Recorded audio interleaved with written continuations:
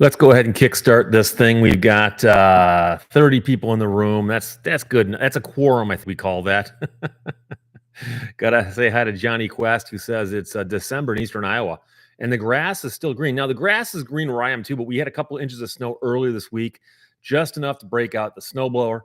Got it out, did that, but it's all melting today, and some of it melted yesterday. So MH08 286K and mostly cloudy in Denver. Mark Miller, hey, sup?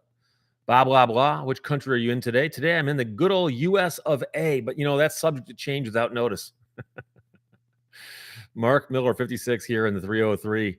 Very sad day today as he reminds us that John Lennon was murdered 44 years ago today. And it's one of those things. You remember where you were. Many people learned it because Howard Cosell interrupted Monday Night Football to talk about something other than football. And of course, he said, we just got word that John Lennon's been murdered. And I did not see that. I think I saw clips of it later, but I'm pretty sure I heard it over the radio, probably on WABX, WRIF, which are the two rock and roll stations I listened to mostly at that time.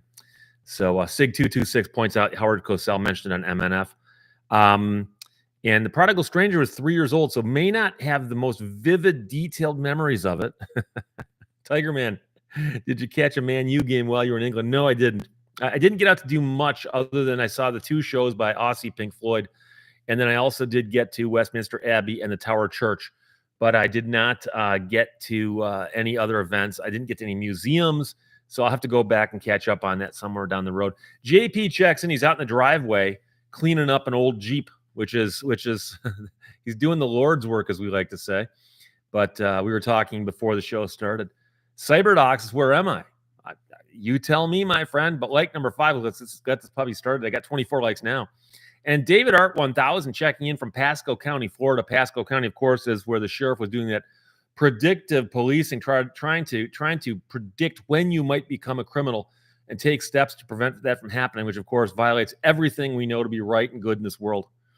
So G Keyman 565 is checking in, as is Padre.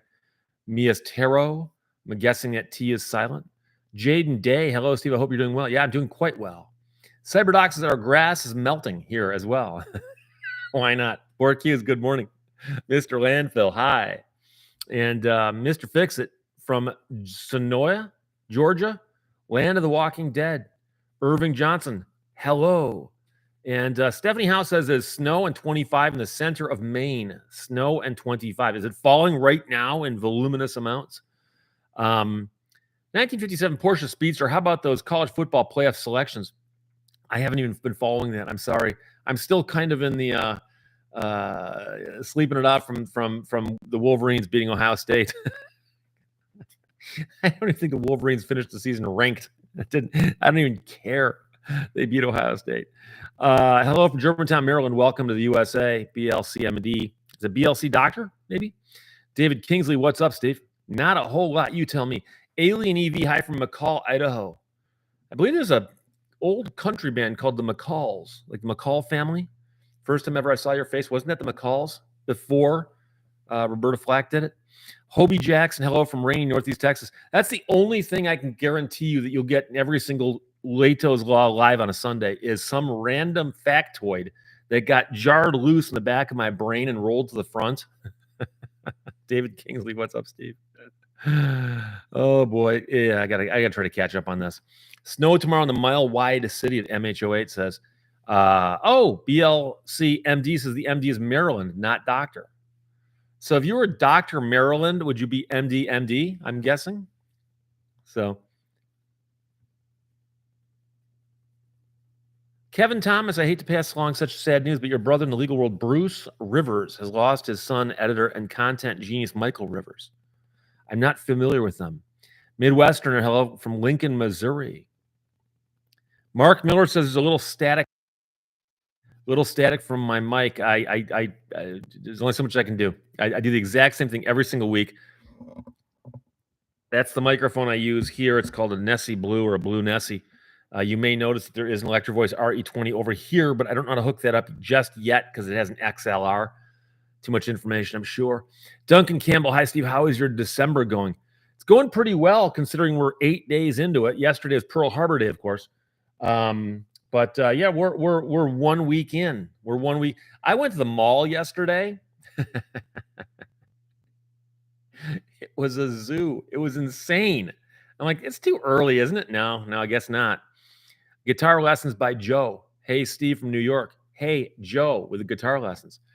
And Zenek AX says, yesterday was the anniversary of Pearl Harbor. I always remember that because I've got a brother whose birthday is December 7th. Bob Neal says from Ovid, Michigan, the middle of the mitten near Lansing, the capital. Ovid, as opposed to Omer, which is another four-letter town in Michigan starting with an O. Jay Klein says, hey, Steve from Cincinnati, you can stop rubbing salt in the wound. Are you telling me you're an OSU fan, not a Cincinnati Bearcats fan? Kazoo Tricia, what I miss. Not much, quite frankly. You know, you never really miss much. James Milano, hi, Steve. Jim from Puebla, as opposed to Pueblo. Finn59 Shaw says, I didn't see the flat tire car scrapped video yet. That's got to be a good one. I agree. And I thank you for watching this one first because, you know, you grab the newest one. It helps me with the old algorithms. By the way, the other day I said in the video, the algorithms ate my homework. And I thought that was funny. And I Googled it. It turns out that it's already been used like 1,000 times. So, you know, nowadays it's hard to come up with anything original. Floyd says, Bruce Withers, he's the criminal lawyer. I am horribly sad to hear that. Okay. Drewski, hey, from Minnesota. ZV says, can all these drones be shot down over military bases other than they don't belong to the military? Yeah, I've been hearing some stories about things out east. Is that where it is? Where there's drones, no one knows quite what they're doing, but they're just up there. It's gonna be weird because of the conflicts between the local regulations and the FAA and that kind of thing. Alien EV says, my birthday was yesterday, so you share a birthday with my brother and with Pearl Harbor Day. Rock Sin says, I don't hear any static, guys. So the Prodigal Stranger says, what's the input you're using on the Blue? I may have an XLR adapter. Oh, this is just a USB. That's just a USB. I'm not sure if there's a way to do that with an XLR. There's all kinds of things that I don't know, but I haven't bothered to ask anybody. So CyberDocs is definitely a connection issue with the cord or something. It's clicking and distorting. Yeah. That's good. That's good. I literally use it once a week and nothing changes. So Beata Graf Afdal Hagen says it could be worse. Try explaining to your dog that your homework ate your teacher. It'd be worse trying to explain to your dog that your teacher ate their food. Why don't I get fed tonight? My teacher ate your food. Oh, William Blanks Jr. from Panama City, Florida, checking in.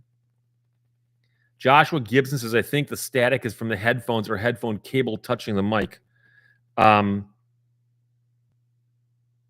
I mean, I just, again, this is, hey, you spent too much time. Half the people are going, no problem. Lewis Browning, while E. Coyote Acme rocket figurine is on the way, it will make a nice hood scoop for the Superbird. Oh, cool. Very cool. David Zerodnansky says drones are all over New Jersey. We think they're being piloted by aliens. If they got all this way using their technology, would they then stop and start using drone technology? Party Hut NL, how was your trip? Oh, I had a great trip. I went to England for a week. I went out Saturday and basically arrived early Sunday morning.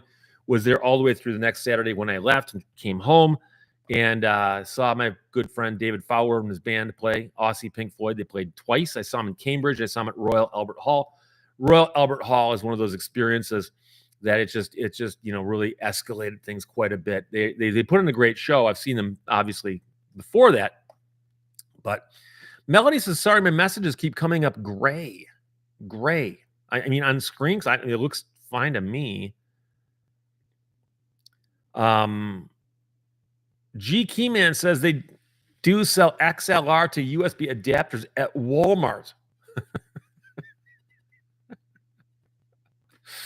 See, you understand how bad that makes me look if I tell you I hadn't bothered to check and you go, yeah, but Steve, Walmart's got them. I mean, it's not like you even have to go, because a lot of times you got to go to Amazon and look something up because you can't find a local seller. No, Walmart's got them. In fact, I wouldn't be surprised if like the local gas station has them. In fact, they give you one with a fill up of gas. Bio Bullet, glad I could make it in time for the stream. Brianna CC is in the house. Good to see you, my friend. Brianna goes way back. The first live streams I've ever done. Debbie King, I've been watching your videos for close to a year and I really enjoy them. Thanks for keeping everyone informed. I appreciate that. Paul Davis, I drive an XLR. Okay. Cyberdox sounds better now, Steve. Happy Merry Christmas, Hanukkah, Kwanzaa. And I think you may have missed a few in there because I, of course, am a member of the cult of the unconquered sun. Janitor Bob, aliens ate my Isuzu. MHO8 says drones give the aliens better cover. And I guess that would make sense because, we assume that those drones are local because they're, purchased off of Amazon.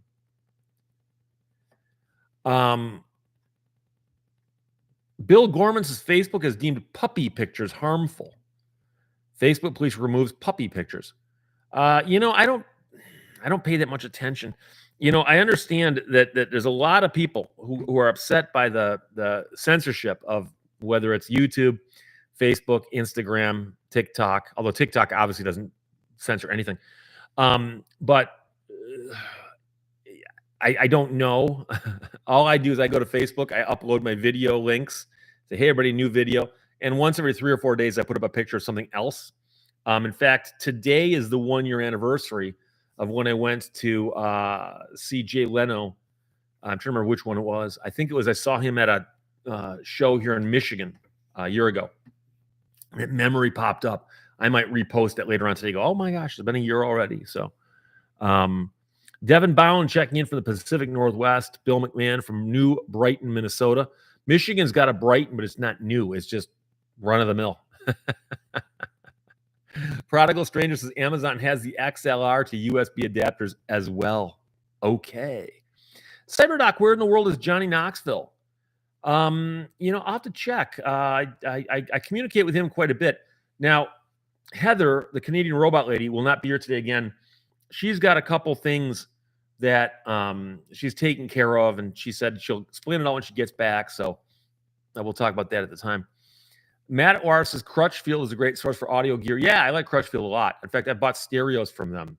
Back when you order the whole system, like I get a CD player and a changer and a graphic equalizer.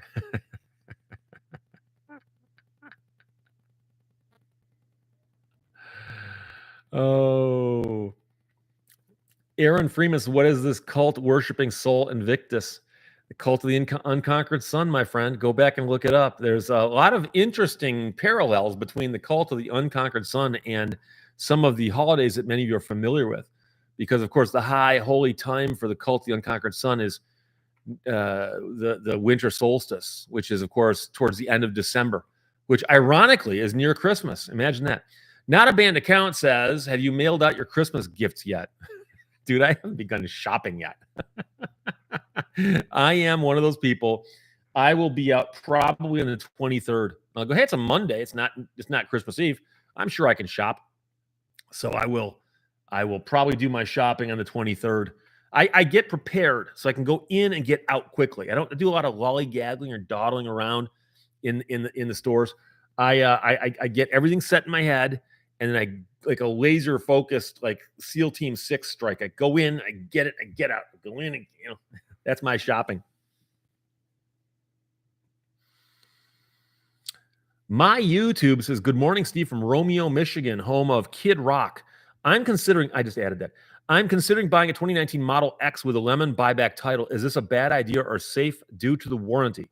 I am a firm believer that buying lemon law buyback vehicles is a dangerous game. And I've had entire conversations about this through videos with my good friend Sam Crack, who puts up videos of him buying cars at auction and fixing them up. And he once bought a car, late model car, low mileage, and it was a lemon law buyback. And several people said, you need to talk to Steve Lehto about that. So I came on his show and we talked about it. And I said, here's the thing. They bought the car back because they couldn't fix it. They didn't buy the car back because they didn't, they want to make the person happy. And so he goes, well, we'll wait and see. And a little while later, he posted on Twitter a picture of him and his friends pushing his car and just said, Steve Lehto is right. Maybe it's a hashtag, Steve Lehto is right. So I can tell you right now that I've had people contact me who bought lemon law buyback cars, and they had problems. But if it's a huge discount and you don't mind living with the risk and living dangerously, then go right ahead. So MHOH says they've got an old Brighton in Colorado also. By the way, getting back to my YouTube, it also depends on what the problem was, because hopefully they'll tell you. They'll say it was a problem with this, but we'll extend the warranty on this. But the situations I've heard of, a lot of my clients had problems with their cars where we never knew what was wrong with it. We knew what it would do or not do, but we did not know what caused the problem, and neither did the manufacturer. Not a banned account. Why don't American auto workers want to work now? I don't know what exactly you're getting at with it. I'm assuming you're referring to something in the news or something, because I know people who work in the auto industry, and I'm not aware that they don't want to work, but I know that that's a charge often leveled against a lot of people as like, hey, you guys are lazy, but I don't know what that's referenced to.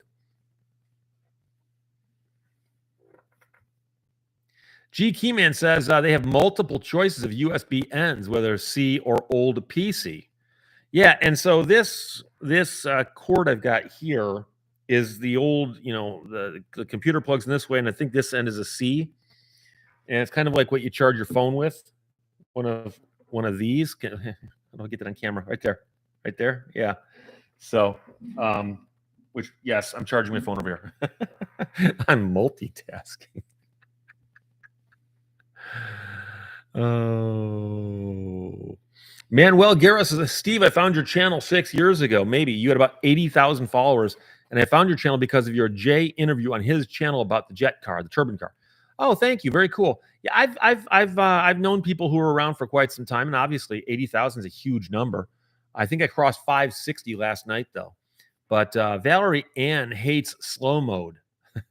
Sorry. If you're talking about the fact that this flood control, which is what I call it, because that's going back to the old days of the bulletin boards. If you don't put that on there, you'll literally get people who will click and paste, and just sit there and bury the comment section to force the moderator to address them. And of course, as one of those things, I would delete you before I'd address that. But it's a necessary thing in these days. I'm sorry, VSP 036 Crutchfield, back when Steve had long hair, bell bottoms, and a shackled up GTO. What's a shackled up GTO? I had a 69 Dodge Charger, but that was back in 1979 and 80 in high school. I was buying from Crutchfield. I had a Jeep Wrangler at the time. At least I remember specifically because I had stuff ordered and had it delivered to my office. I remember carrying these things up and putting them in my Jeep to drive them home. Melody says, I have to get to work. Thank you for your time. Have a great day. Well, Shannon, thank you for checking. I appreciate that. Even though you were only here for 16 minutes, there were 16 valuable minutes. Did you at least remember to get a Turbo Man doll? Not a banned account asks. I'm not familiar with that. Is that like a He-Man Masters of the Universe doll or something? A Turbo Man doll. What is Turbo Man? Is he a superhero? Is he turbocharged? Who is superior, Turbo Man or Supercharged Man? Because there's a supercharger, which is a similar but different thing from a turbocharger. Refreshing Shamrocks is the other thing, is that Albert App has been stealing our Social Security benefits for months. Chase Bank made us pay fees to investigate. They said they fixed it, but Albert is still taking money. I must have missed the first half of that, and I apologize.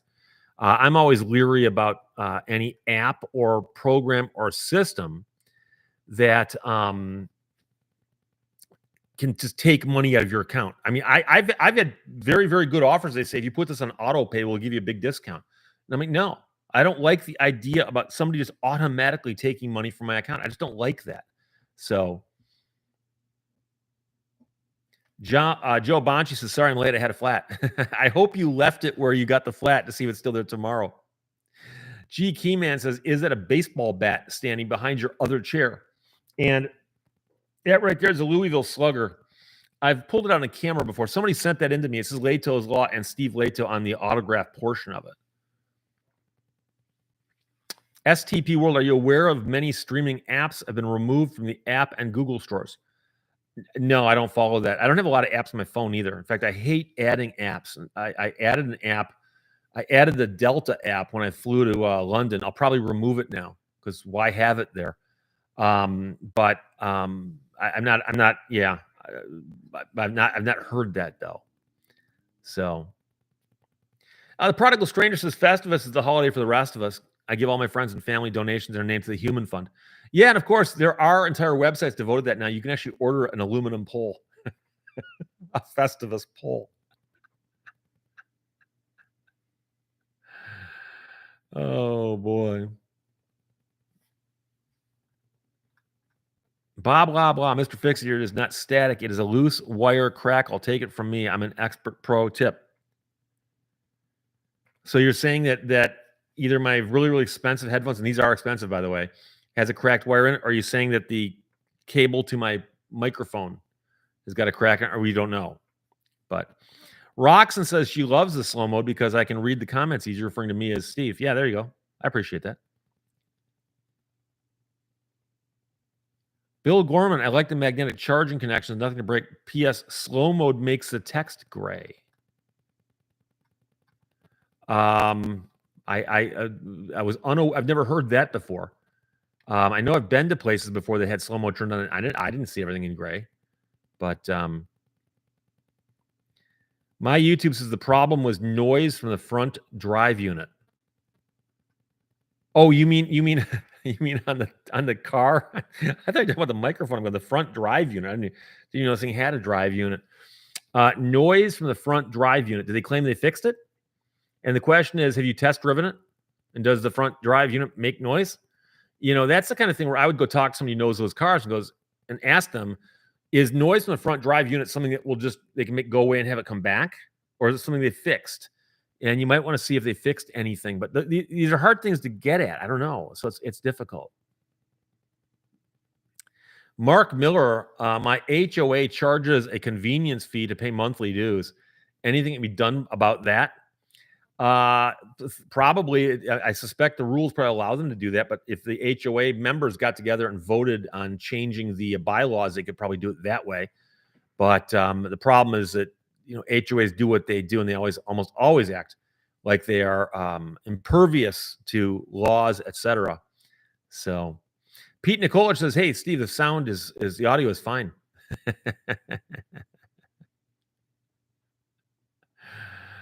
Luann Crosby says everything sounds good and looks good here. I appreciate that with a big old thumbs up. Joshua Gibson says shackled and shackled may or may not be two different things. Are you referring to blinging up the car, like where you put stuff on the car that's inexpensive but designed to make it look cool? Stuff that you get from the J.C. Whitney catalog, including a comedy horn where you hit it and it plays like cucaracha or something, of which of course you couldn't see, but you could hear that. So.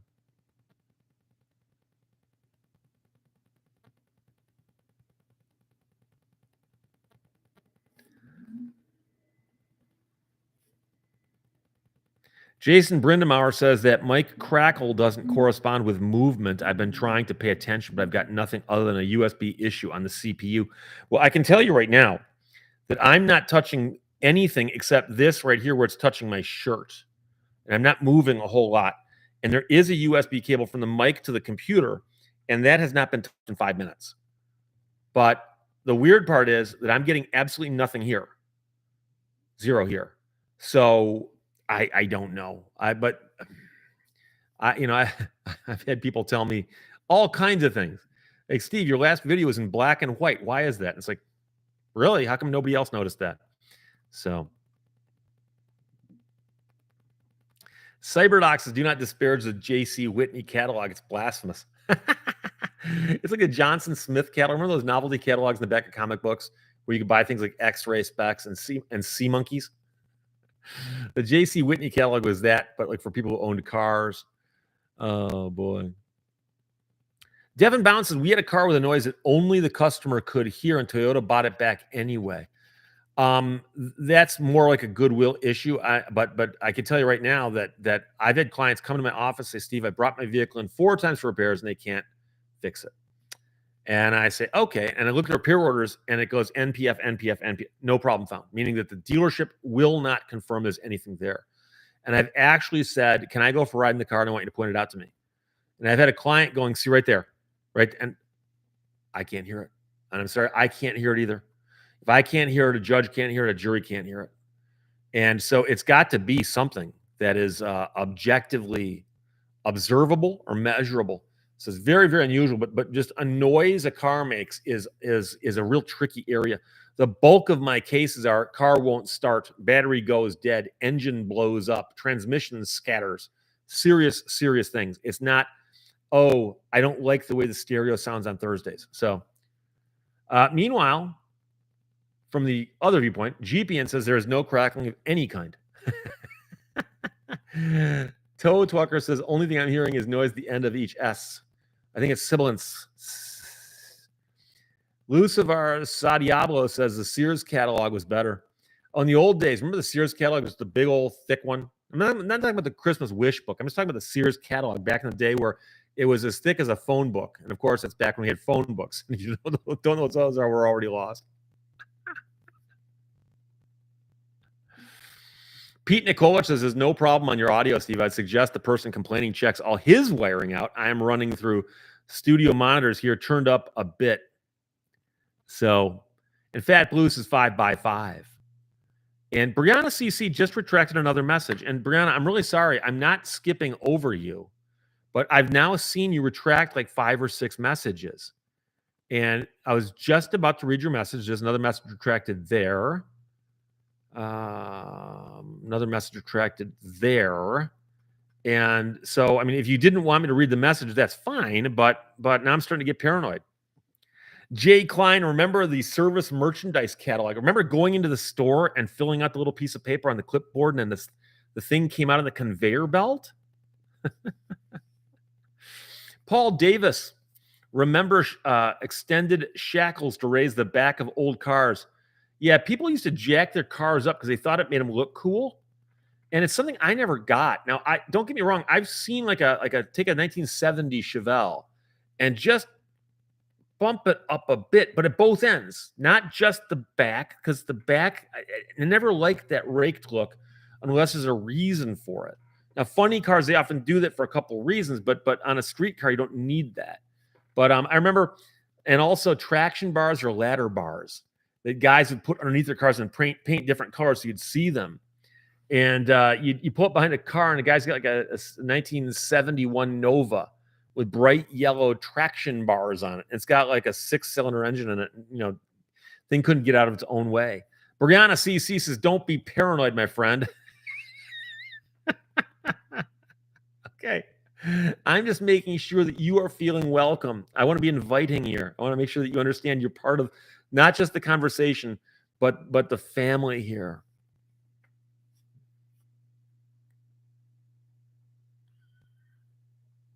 Two left thumb says definitely sibilant induced. Mississippi. Spring hangers, Pete Nicholas. Oh. Mark Miller, I seem to get holiday catalogs from Swiss Colony. I don't get catalogs anymore, but I remember not so long ago, there's a few companies that still sent them out. Territory Ahead was one. I'm not sure I got on their mailing list. And there's a few others I used to get catalogs from. Maz says you drive a Viper that can't put its power down, but a car that can put all its power down is bad. Are you saying that that's a summary of my statement?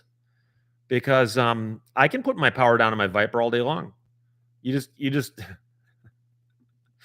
don't have to spin the tires if you don't want to. Doesn't have traction control, but I don't need it. Jason Brindamar at Party Hut. I don't see it corresponding with him talking about loud either. Still stuck on either internet issue or USB internal to the driver or USB power system. Can we talk about the chair, please?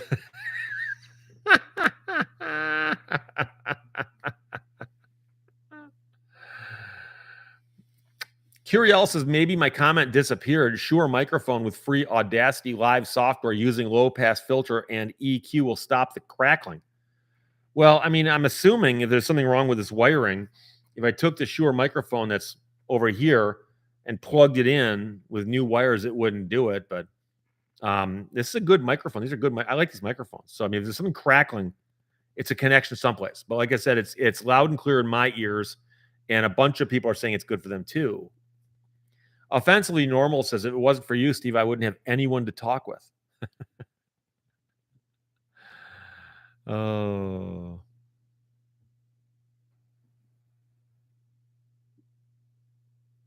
Jay Klein, I knew a kid in high school who jacked up a 69 Buick Grand Sport so much the cops pulled him over because his bumper was too high. That's one of those things where cops in small towns are bored, will pull you over for stuff like this. Technically speaking, bumper height is in many states regulated. Your bumper's got to be a certain height.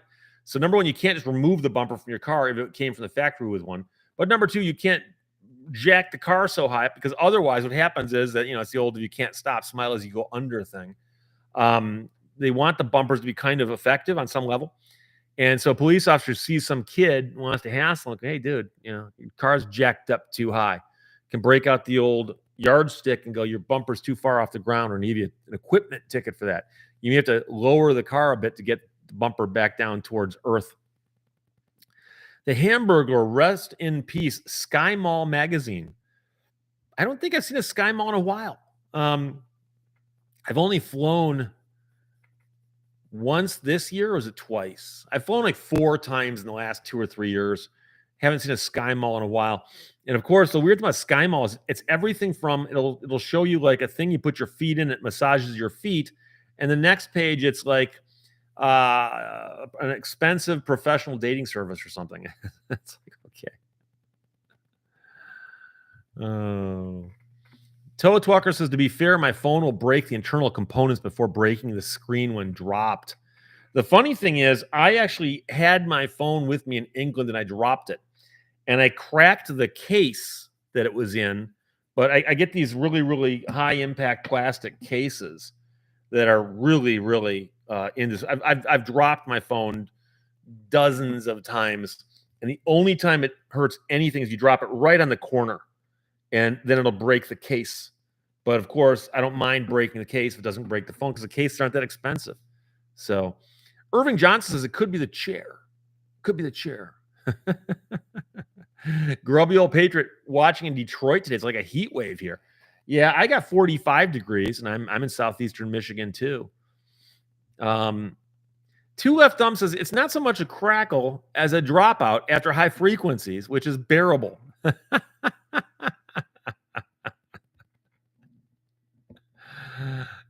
R. Herman says Sky Mall stopped in January of 2015.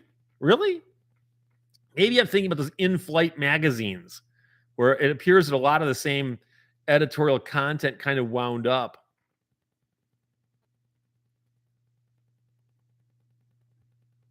Mark Miller says, don't forget to hydrate. And I won't. I've got my hydration equipment right here, but it's still early and my throat still feels good. Mr. Fix at GA, I'm an OtterBox guy for my Androids. I've seen the OtterBoxes. I like them too. Although this is not an OtterBox. I forgot the name of the company. I buy them off Amazon for $20, and I've gone through 3 or 4. Sig226, all hail the static. Yeah, it could be the static is actually Morse code from a higher being.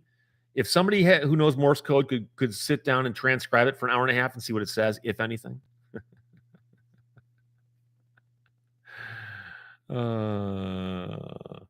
James Tremelik says, if you have a baseball mat on set, do you have a baseball mitt? And by the way, it's one of those things, technically speaking, it's a baseball glove, unless it's for the catcher or the first baseman, which are often different. But everyone does call them mitts. I'll admit that. So, and somebody else mentioned above that there's places where theoretically you could have a log as a bumper.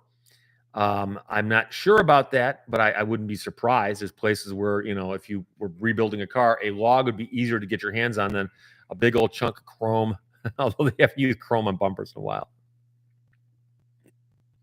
Bill Gorman, I use a leather phone case with a billfold flap that folds on the screen. No more wallet, all with the phone. Do you worry about having the chip and the magnetic stripe that close to the phone? I don't know why. I always worry there might be some kind of weird interference or magnetic action going on there. Party Hut NL says it could be the chair. If you touch anything grounded, you might discharge static charge build. I should probably put a big old lightning rod right here and have a big old exposed copper wire go right by my body down into the ground below me, and I should grip it during the show.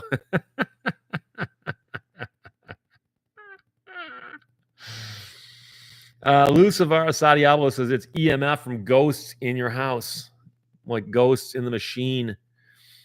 Grandy Taco says, well, FM, no static at all. Jay Klein says the static is just the Fed's wiretapping. Nothing to worry about.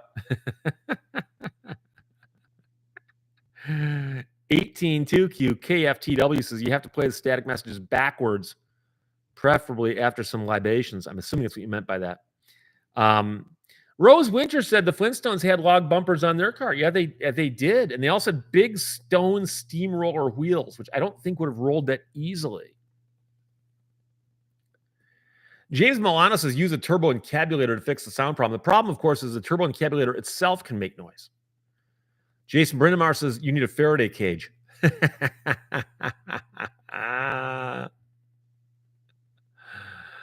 Oh, Curiel says something as simple as air humidity can cause the crackling. Yeah, the static charge can definitely cause but is usually more of a hum.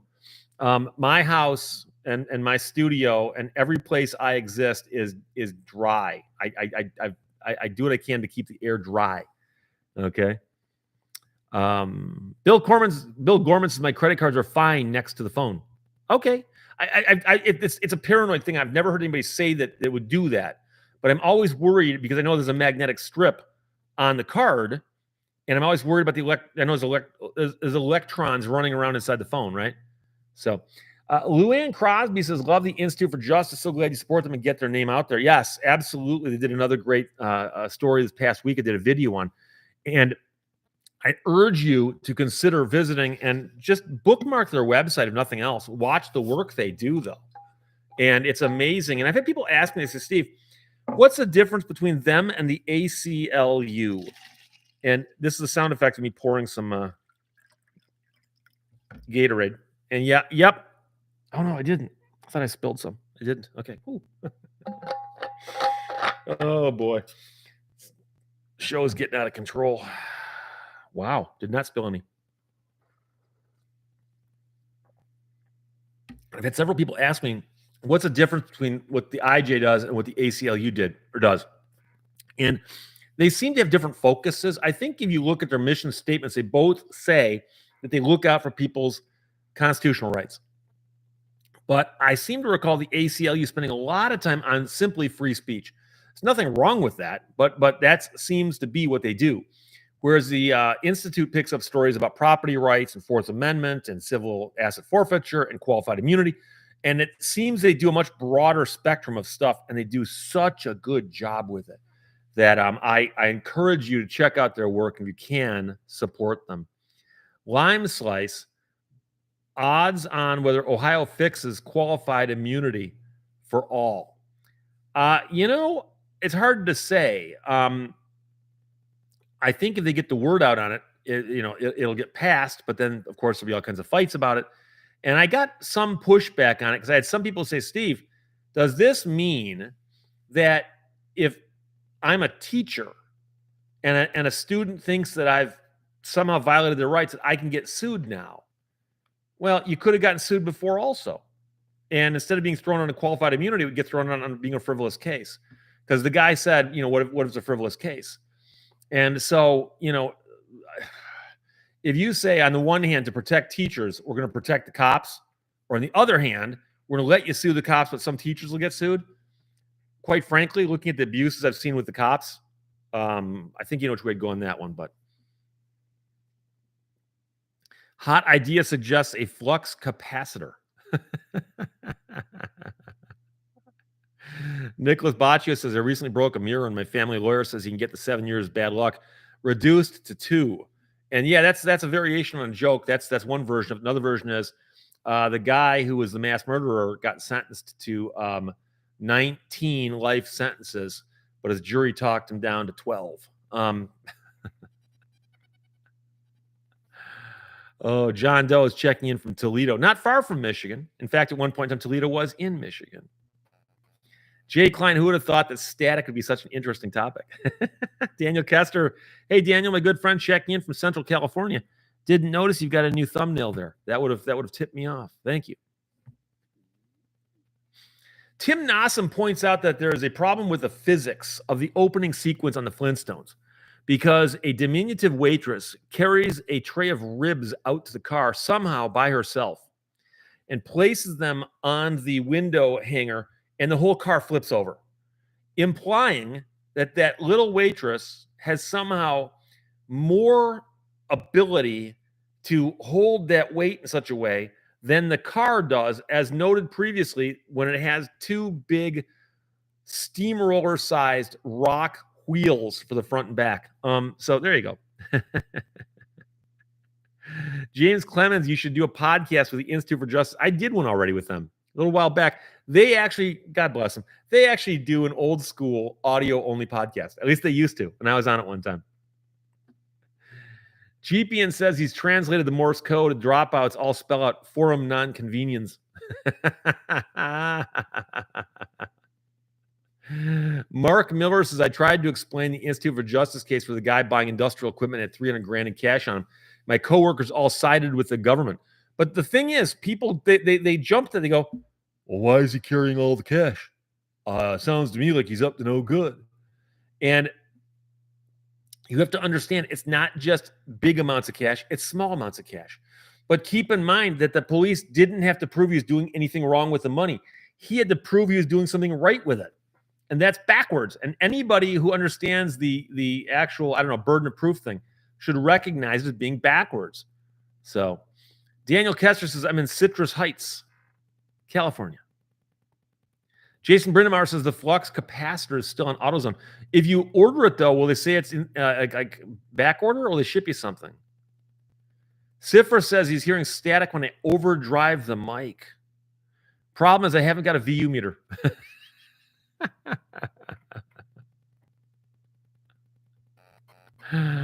Oh, boy. Janie Seagrass says cave women were very strong. Fred Hoyt says they moved Toledo. Interestingly, no, they moved the line, though, dotted line. Toledo was in Michigan at one point in time, the territory of Michigan. That's what the Toledo War was all about. Somebody once wrote a chapter about it in a book. Jerry Brown says, I always use cartoons to learn advanced subjects. Just think about all the physics that was in the Coyote Roadrunner cartoons. I mean, all the physics there. You can learn from that, right? And Richard Ockman says the noise heard by some people is probably from compression by YouTube. And yeah, this is the thing. I've shot a video in very, very high resolution and uploaded it to YouTube. And I've had a guy go, oh my gosh, Steve, you're finally uploading videos in high resolution. I'm like, that's the exact same format I've been using for 5 years now. They go, I've never seen one before. And I'm like, I just do what I do. I can't control what happens at your end. Okay. So.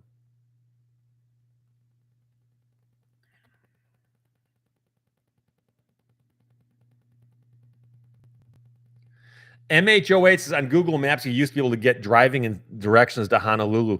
Yeah, I remember a time when there was a lot of jokes like that. They'd say, like, for instance, like, walking directions from New York to London.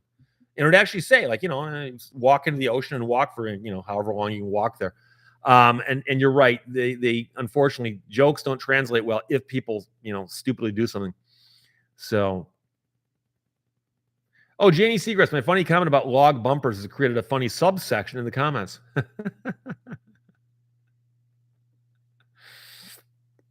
Felix Mannix, not to be confused with Mannix the detective. Perhaps the static is AI generated to create a burning desire to pay for an as yet unannounced static-free experience. I wish I'd thought of that. Prince Albert's, good day, Steve. I just saw a show in your royal hall. Jay Klein says some say that Michigan won the Toledo War. Yes, I agree with that. But I'll tell you right now that several things about the Toledo War are misunderstood. And so just to clarify, if you looked at a map in 1834, Toledo was the north edge of Ohio, and Ohio had included it in their maps. But all other maps showed the territory of Michigan going down below Ohio. And a federal survey had placed Toledo in Michigan. You can find postmarks from a post office, which is a federal facility, saying this was mailed from Toledo, Michigan. Toledo, Michigan. And Ohio got statehood before Michigan did. And so when a state applies to become a state, a territory, to become a state, they have to ask Congress for permission. So Ohio's already a state. They've got people in Congress, and they went around lobbying and said, don't let Michigan in unless they're willing to give us Toledo. And a fight broke out over that. And Ohio got enough people in Congress to drag their feet to where Michigan was not going to get statehood. And the people in Michigan were getting upset by that until somebody came along and said, how about this? We'll let you guys have not the entire Upper Peninsula, but the western 2/3 of the Upper Peninsula, because we already had the upper east third of that peninsula as part of the Michigan territory. I'm not making that up. So anytime somebody goes, the entire UP was given, no, it wasn't the entire UP, it was the western 2/3. But based on that compromise, Michigan gave up the Toledo Strip, which is all the land that included Toledo, from my viewpoint, would be there. And in exchange, Michigan got the rights to the western 2/3 of the UP, which ran over to Wisconsin. The interesting thing is that the federal government, which approved this transaction, had no rights to that land up there at all. And it wasn't until the Treaty of La Pointe was signed, I believe in 1841, that the government then could say, oh, by the way, Michigan, here's the land we promised you back when you made the compromise on Toledo. So that's the thing. And then there actually was what they called the Toledo War, where a bunch of people from the Michigan militia went down to Toledo to take possession of it. And a bunch of people from Ohio came up to take possession of it. And there was nobody killed, but there was somebody who was stabbed in the back in a bar on a Friday night. And as I like to jokingly tell people, I'm not sure if that happened because of the war or that's the typical Friday night in Toledo. I don't know. But I did actually find a grave in Michigan marked with an actual veteran's marker that said this man is a veteran of the Toledo War. And he's buried here in Michigan. But that's the story of the Toledo War. And amazingly, people contort the facts of that. A couple of years back, Fox Television during the Ohio State-Michigan game said, for a period of time, the University of Michigan was actually based in Toledo, which no, it wasn't. Never, absolutely never. But, you know, you can make up stuff, put it on TV, and people believe it. Next thing you know, I'm trying to explain to people how it's not true. And it's like, okay. Brianna CC, are you familiar with Prevost luxury RVs? Yes, I am. The caveat with those is they're RVs. They're not covered by the lemon law in many states, but they are higher end. They're more expensive, meaning that you pay more and you get more. But it's the main problems I see in the RV industry are with the lower end stuff. So I'm aware of that as well.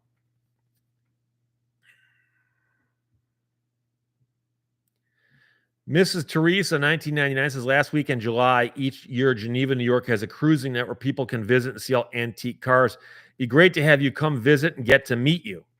July in Geneva, New York. Okay, hang on a second. If I got something I can write on. What's that? Oh, piece of scrap paper. Just happens to be there. Is it actually in Geneva, or is it? Because I know, of course, there's the lake there too. Geneva, New York, July car show. I will Google same. Can't make any guarantees, because if I went, I'd want to bring a car. The question is, do I want to drive my Viper all the way to New York? That might be a fun little road trip, right? I wouldn't want to bring the Cobra, though, because of the risk of inclement weather. And I don't want to trailer my Cobra there, because then I can be accused of having a trailer queen car, which, of course, my car is not a trailer queen, because I drive all my cars. So there's that. I saw Bob Blah Blah ask a question. Do you believe if the losing side of a court case had to pay for all of the attorneys, that would end civil asset forfeiture? Well, you could actually just make that a rule with respect to civil asset forfeiture, and I agree that would help. But the problem is, unfortunately, the police are seizing the money on behalf of the government. And so if you had to sue to get your money back, it would help you if your attorney fees got paid by the side when you win. But the other side's going to go, we don't care. It's just tax dollars. We don't care. So it might not slow them down any, but it'd make it easier to get your money back. And David Dominique Fowler is in the house, my friend. Thank you for checking. Hi, Steve. Good morning to you. It's actually afternoon here, so I'm guessing it's evening there. But Mr. Fowler is the guitar player, as I like to say, on the right-hand side of the stage from the audience perspective in Aussie Pink Floyd. And in fact, I'm going to show you something really quick. If you have a problem with flashing lights, I'm going to put something on the screen here that you're not going to want to watch. But I actually was shooting video with my phone on occasion during the Aussie Pink Floyd show. Come on. There we go. And there's, how do I do this? There's David on stage there underneath a strobing light doing the opening portion of Run Like Heck. Yeah, so I thought it was pretty cool looking, so I shot a film of it. But hey, I didn't shoot. I'm not one of these guys who sits in an entire concert and films the whole thing. I shot a couple moments of it because I want to have stuff to look back on. And I show people occasionally things like that. But David is the guy I hung out with. Graciously let me get backstage at the show at the Corn Exchange, and then also at the Royal Albert Hall the next day. Saw the 2 shows in a row. Met all kinds of neat people. I've met people in the band, but also friends of the band. And then there's a big after-show party at Royal Albert Hall. Got to hang out there as well. It was a great time had by all. And of course, David is the one who actually showed me around, including the pub Ramblers Rest, where if you weren't a local, you wouldn't know it was there. And I think they did it on purpose. But had a great time in England. And David now has some time off before they start touring again, because the Aussie Pink Floyd show is a machine. Welcome to the machine. And they are just they're touring constantly, but with just little breaks in between. So he's on break right now. But thank you for checking in, my friend. I appreciate that. So I told him that I saw a comment of his a couple weeks ago and I didn't see it during the show. And I'm like, you got to let me know when you're there. He's like, I did. I commented. I'm like, oh, okay. So Vinny Sluga says, I'm new here. Well, hey. The Prodigal Stranger says, Run Like Hell. Really? I would have guessed the end of the really long middle section of Echoes. Hey, I don't question the light show or the musicality of any of it. I just watched there in amazement. Veruca Saki says, Peter from Peter, Paul, and Mary is in hospice. I did not know that. Paul Stuckey is from Michigan. I know that because he spoke at my brother's graduation. But Peter, Paul, and Mary were a powerhouse in the 60s. So David Dominic Fowler says, it is evening, but I've just woken up because I'm a nocturnal musician.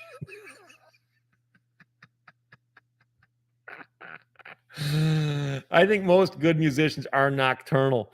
Oh my. And what's funny is Aussie Pink Floyd didn't have a warm-up group. So they come out on time. I'm so used to going to see shows at like the Royal Oak Music Theater where the headliner comes out at like 11:30 at night, on a weekday. It's like a Tuesday at 11:30. And there's like 3 warm-up bands before them.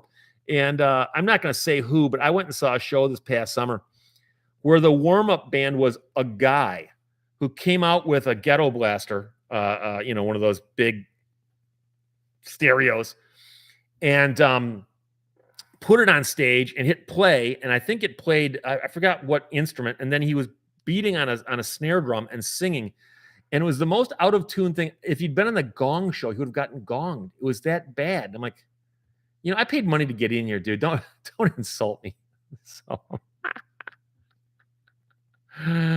oh, Larry's Dinner. Have you ever caught Polka Floyd? Good stuff. No, I have not. Mark Smith says take stills only. Primarily that's what I do. Because there's nothing I'm gonna do with the videos. But I liked that effect of the lights doing that on him as he played the opening notes there. So that looked pretty cool.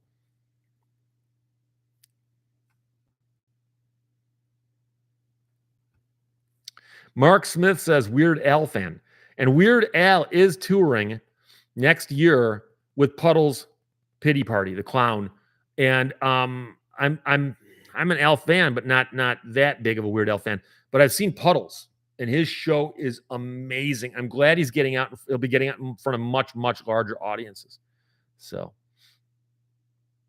Dr. Rick, hey, Steve, great to see you this afternoon. Thank you. I appreciate it. Good to see you, too. Jason Brindamar, I've seen Brit Floyd, pretty damn good show. Yeah, Brit Floyd and Aussie Floyd, I think, are related in some way, but they also obviously have the similar inspiration. So, uh, Mark Smith loves Puddles too. It's so hard. It is so hard to describe what Puddles does if you don't know. But go on to YouTube, look up Puddles Pity Party, and look him up either on stage doing his act or simply performing music. And for instance, he does a version of Tom Waits' On the Nickel with a guy playing the piano and Puddles just sings. And it is astoundingly good. It's amazing how good that guy is. And I met him in the sense that at a show I went to see him at, they invited people to get their picture taken with him. And he doesn't talk. So, but the guy's like 6'8". And so I've got pictures where this guy's towering over him. He's a clown. And it's just so hard. It's just so hard to describe what he does. You just got to see it. Janie Segrist, I love Puddles. Raiden Sama, do you own a Neumann U47? No, I do not. I've got the Electro Voice RE20s that I use for voiceover work, and then also for my actual videos. And I've got this Nessie Blue right here. I might try to hook up that RE20 to do this if I can figure out how to do it with something I order off of Amazon. But Lowell Riggs I am is multitasking, listening to the chat and playing arcade games, which reminds me of the reindeer games that Rudolph used to play. And somebody posted a meme and said, hey, if Santa Claus knows when you've been naughty and when you've been nice, wouldn't he know that Rudolph's being bullied by the other reindeer? What? Blind spot? Like, what's going on there? Daniel Kester's Miss Heather in today. No, she's not. I mentioned that earlier. She's not going to be in today either. She's taking care of business. Taking care of business, what you do there in Canada.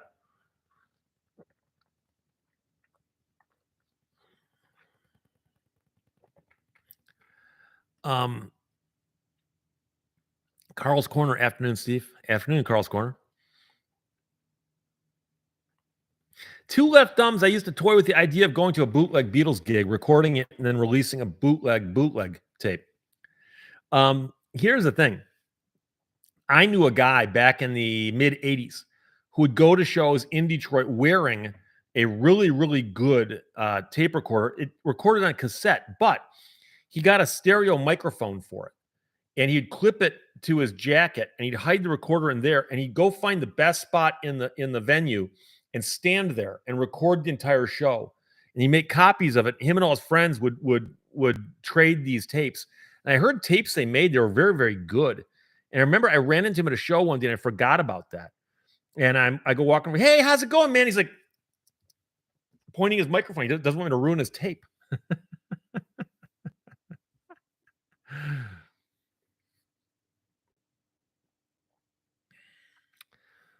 Irwin asks, when counsel files something in court in the U.S. that needs to be served to their opponents, do they have to serve counsel direct or can someone at the attorney's office accept service?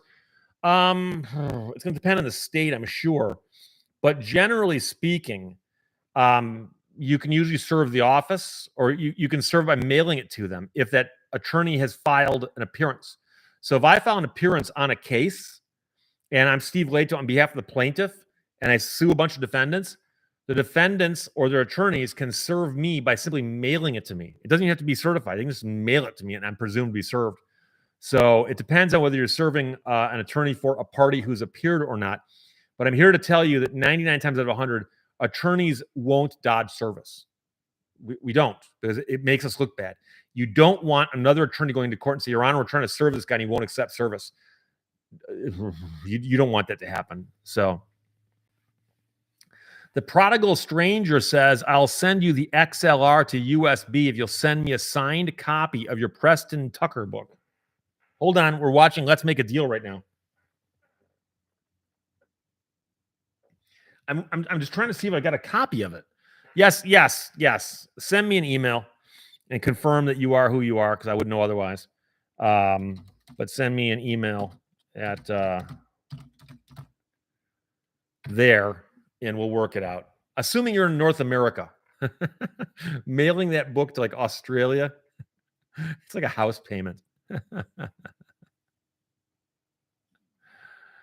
Oh, boy. Bill Thomas is Weird Al's bass player. Stephen J is a super cool guy. I don't know much about Weird Al, about how he makes the music, other than I've heard the music. So, my phone wants to tell me something and it's wrong.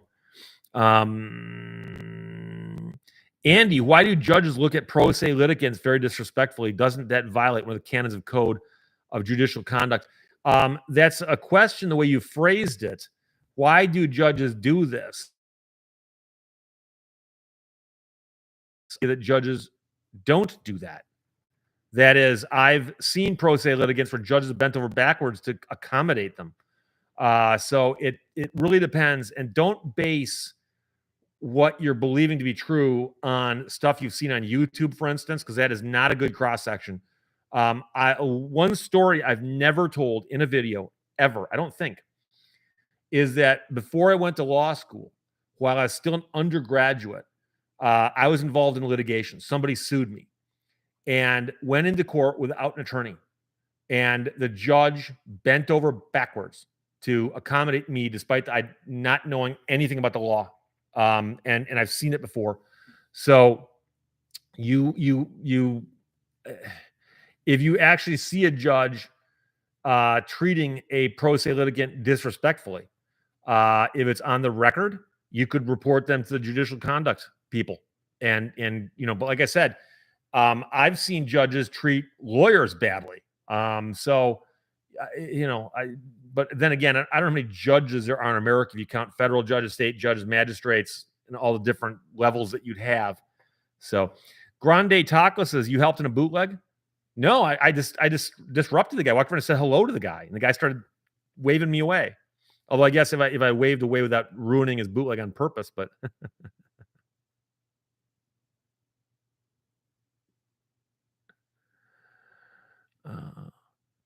Bill Thomas, Dr. Demento had a fantastic show. And I do know that Dr. Demento is credited with being one of the things that got Weird Al onto the map. And Dr. Demento was just pure genius. The guy went out and found these crazy, weird songs and spun them into a syndicated radio show.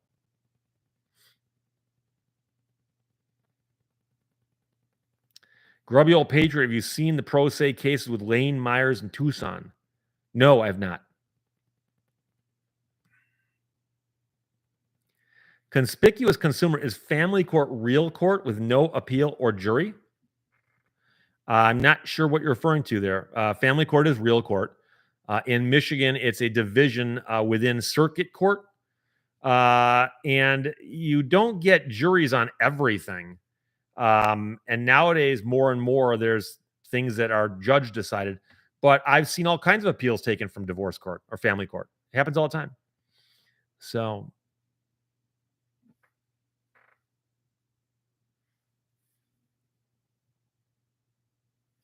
Dave Beto says, I'm bootlegging this live show on cassette right now. Sad part is there's no market for it, so it has no value. Bob Blah Blah says, I noticed that it only crackles when you talk. So I could eliminate the crackling entirely by simply going silent. Now, somebody says that YouTube is glitching for them and the audio is out of sync with the video. I will tell you that about a minute or two ago, my screen went completely black, but it came back. So I don't know. The wonders and the confusion of modern technology always astound me. Bill Thomas, grandma got run over by a reindeer. Is it Patsy and Elmo? One of the greatest novelty songs of all time. It's actually very funny. And the thing is, it gets played to death. It's been around for a million years too. And I remember the first time I heard it going, oh, this is funny. And like, I'll hear it again this year and I'll laugh. Do we keep our presents or do we give them back? Like, it's funny. Dennis Berman says you can resync by refreshing. G. Keyman says, if you try to post a message before the minute is up from the previous post, you get grayed message and slow mode is on, and you got to wait 36 seconds before posting, edit, and try again. So I knew that they weren't all gray, but like I said, Carl's Corner says, Steve Lehto, the lost tapes. Oh, I've mentioned before, I've got 3 or 4 shoe boxes of tapes over there. I started MP3ing them, and then I got lost in some other project. But I've dug them out, and I've tried. I want to try saving them in some kind of archive. I'm not sure how long those cassettes will last. Lowell Riggs I says, I appreciate these chats. They are completely random.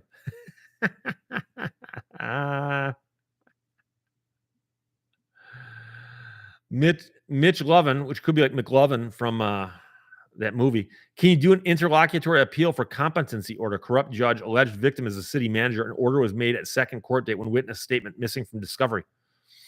Well, you can always file interlocutory appeals, depending on what state you're in, how it works. I know some states don't like to see them unless they're necessary. And the only time an interlocutory appeal is absolutely necessary is where you have a criminal case and the judge has made an order or ruling that's going to substantially affect the outcome, because remember the fact that in a criminal case, you can only be tried once. And so if the judge makes some wacky ruling in the middle of the case, you'll see prosecutors routinely take stuff up on interlocutory appeal, and they'll say, because if you don't fix this ruling now and it goes to jury and the guy gets acquitted and it turns out this ruling shouldn't have happened, and so the Court of Appeals will grant those. But if it's a civil action, you're suing somebody, something happens in court, they're going to say, bring it up on appeal, because the case might resolve itself otherwise. So, but I mean, I can't speak to every case out there. I've seen some weird cases where weird things have happened, but John Snape, what do you think of the phrase, if you have an emotional case, get a jury, if you have the facts, get a judge? No, that's pretty much it. But the problem is that the other side wants the opposite. But I mean, if you want to get somebody off on a heinous crime on a technicality, you go with a bench trial, because a judge is going to be more likely to understand a technicality over the grievous nature of the crime.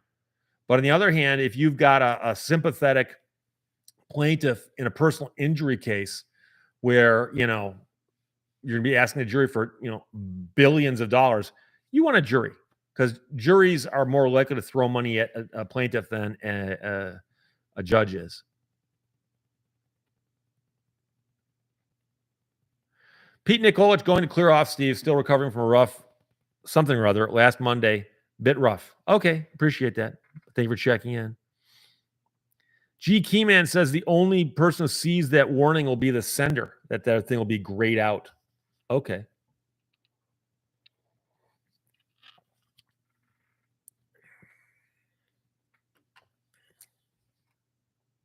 W. Park, best part of my Sunday.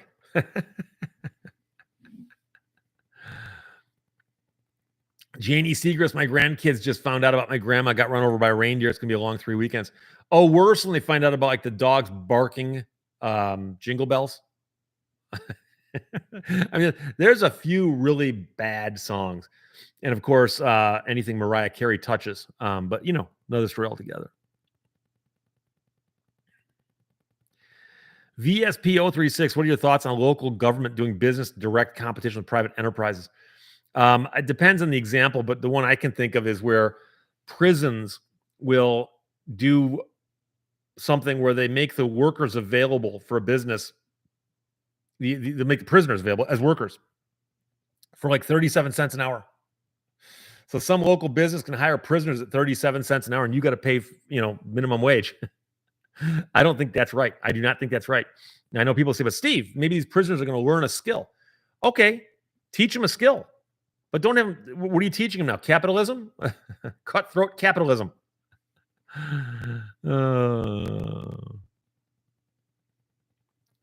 Irving Johnson points out that in the bootleg of this video, am I ruining it by talking? Like when I ruined my friend's bootleg.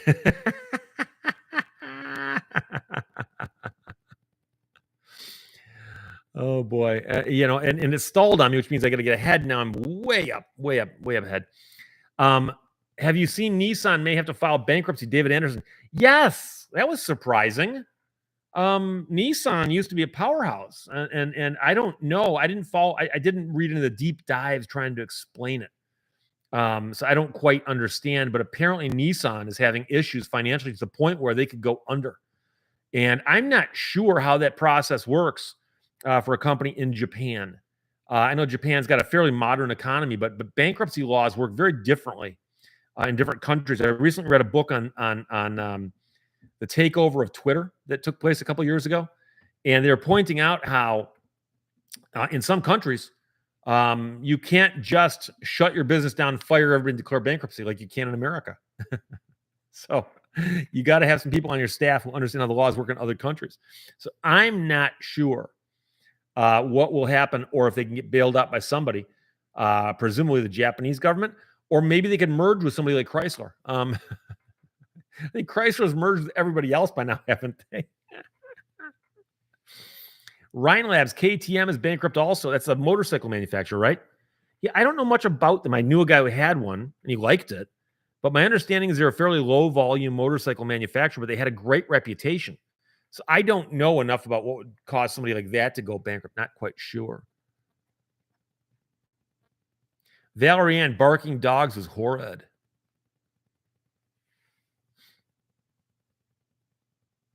Lewis Carter Jr., is it possible to ask a law student to offer help in a pro bono case in a contract case for a charity? Well, it doesn't matter what they're doing it for. It's they're not allowed to practice law, but there are certain circumstances where they are allowed to practice law, and it's usually under the direction of another attorney or as part of a clinic.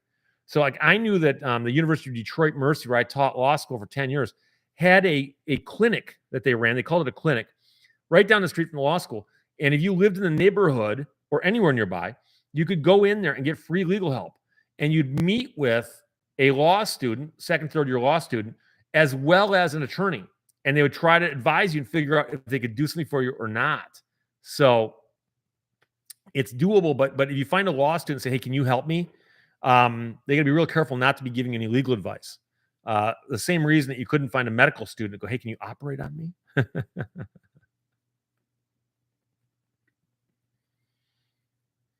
Aaron Freeman, is Chrysler still in business? So it's so hard to say. Angels don't fall. Hey, everyone, if you haven't yet hit that thumbs up button, you got 201 of those and 396 people in the room, or a good old SS 396. Image Docre, damn, should I sell my Datsun? My Datsun? I remember Datsuns. What I always thought was funny was the Datsun came out. Was it a B210? What was that little, my chemistry teacher drove one? Got like 75 miles to a gallon, but it looked like a shopping cart. And we used to make fun of them. And, then one day they just woke up and just changed their name, So Daniel Kester, does the tooling for Tucker still exist? Not that I know of, but I know guys who have a lot of Tucker parts laying around. My good friend Mark Lieberman collects that stuff. And actually, I was at his shop last night.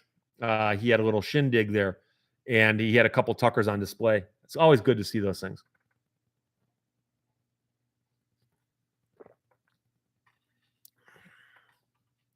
Offensively Normal says Honda has a big bag of cash for Nissan. They're planning to purchase a portion of Nissan. And Nissan's got too much name recognition and goodwill and stuff that I don't think they'd be allowed to just disappear. Somebody will come along and get that. Mark Smith, who will end up with the Jeep name? Jeep is one of those things we talked about before. Jeep is a brand name that survived several weird takeovers. Remember, they were owned by American Motors. At one point in time, Jeep was under the same roof as the Gremlin. But 21, has anyone ever told you look like Johnny Rotten with glasses? Yes. I get Johnny Rotten a lot. I would have to mess my hair up a little more, but I could do it.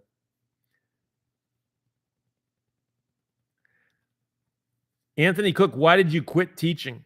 Ran out of time, and it was a hike. I was driving so far because the University of Detroit is downtown Detroit, and I was driving ridiculous distances to go. And I did it because I loved it. I loved teaching, but I moved a couple times and I kept moving further away. So Padre, we owned a Datsun B210 for 3 days before my mother wrecked it. Lowell Riggs M had a Datsun, ran on regular leaded fuel. Those are the days. Mike Torello, thanks for the live stream. Got to head out. Thank you for checking in. Zach, what's your opinion on the Cybertruck? I'm seeing them now. Okay, I've seen quite a few of them now. And here's the thing. cars are like anything else that there's a variety of opinions on them, and you can have, good taste, bad taste, doesn't matter. You like this car, you don't like that car, whatever. There's certain cars I've just never liked, certain cars I've always liked. And so, I personally think that the Pontiac Aztec was so ugly that they should have forced Pontiac out of business at that time. And just, you guys, for committing this atrocity, just shut down. They shut down later, but there are people out there who like that car, right? And so I don't like the way the Cybertruck looks, but I have no idea. I've never sat in one and never driven one. I've never even walked around one up close. I've always seen them in traffic.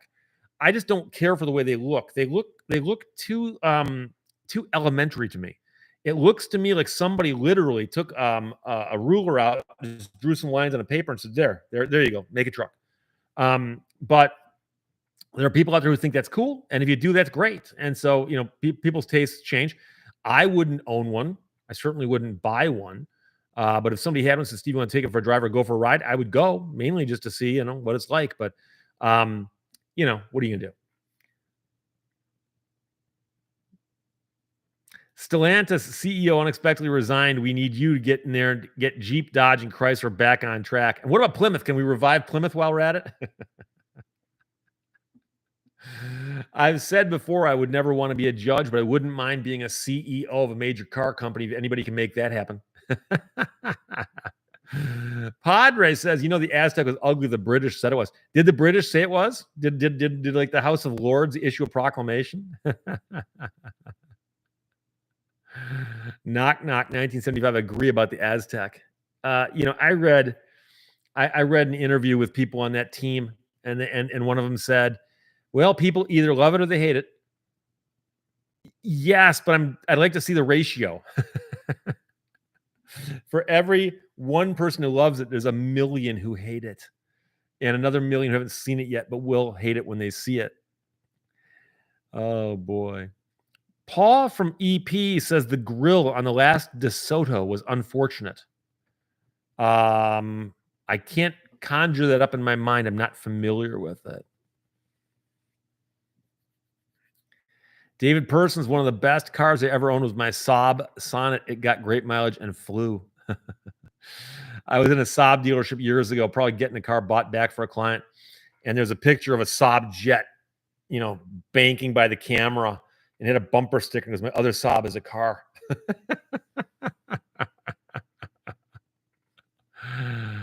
Oh, boy.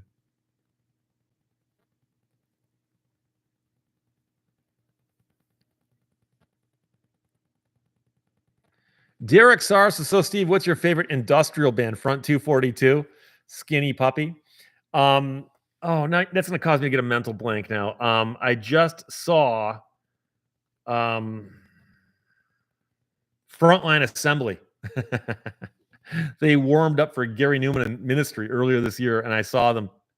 And you want to talk about industrial? The interesting is I don't listen to it in my spare time because it's not quite calming enough. But there's something to be said for that. And I like Tool. I don't know if you consider Tool hard enough or not.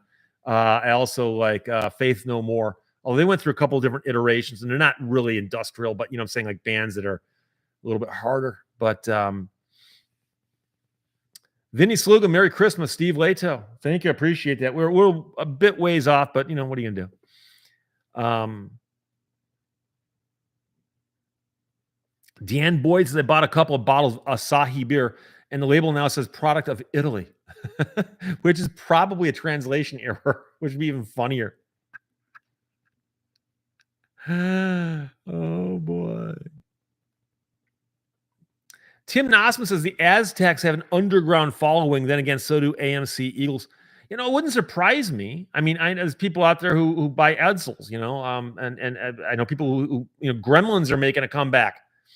21 9-inch nails. Yeah, I agree with you as well. I like 9-inch nails.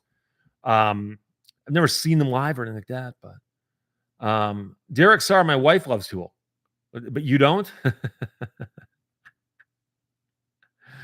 Nicole Schramm says the Aztec design was ahead of its time. I see a lot of little SUVs running around these days that are not all that different. There was, I forgot what it was. Was it a little Pontiac? Was it a little Pontiac SUV that was like that? I remember seeing another car going that looks a lot like a Aztec, but ahead of its time or not, it was just ugly.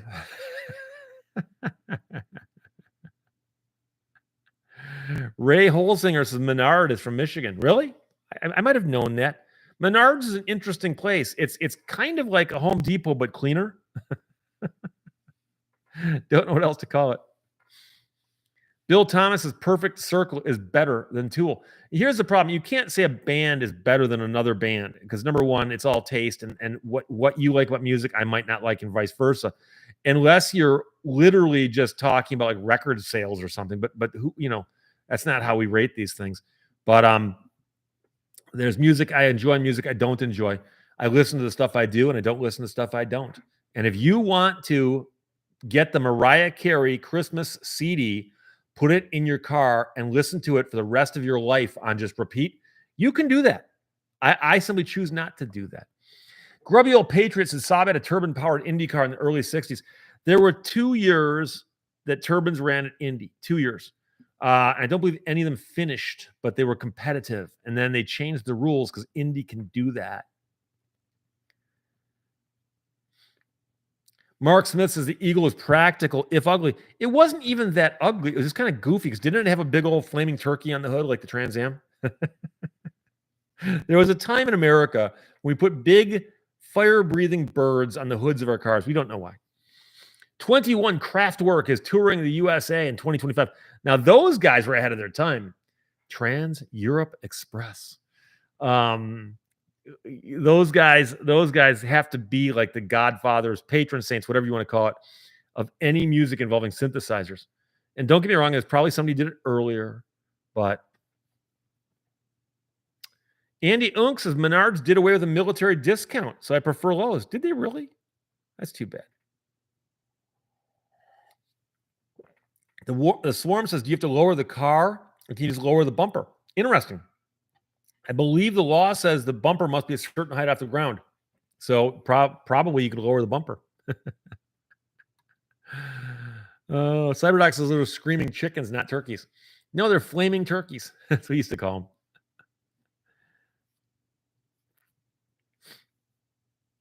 Curiel says you can say a band is better if you have a measurable method like purse, complexity, rhythm, melody, harmonies, lyrics, dynamism. But you can't measure those things. How do you measure dynamism?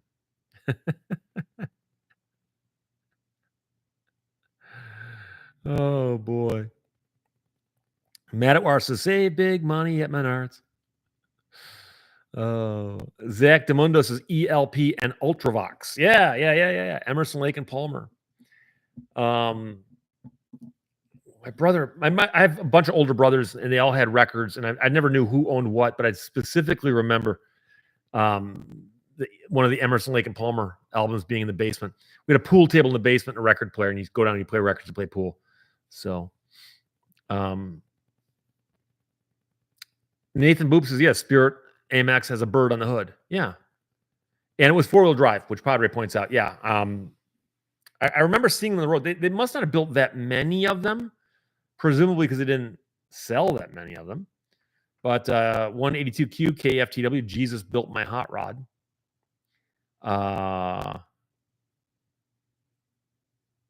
Fool B says you measure it with a dynamiter. The only question is I didn't know it was misspelled or not because there were a couple typos in that sentence. John Snape is 59, too old to start a career as an attorney. Well, it depends on how far back. Are you 59 now? Or would you be 59 if you graduated law school?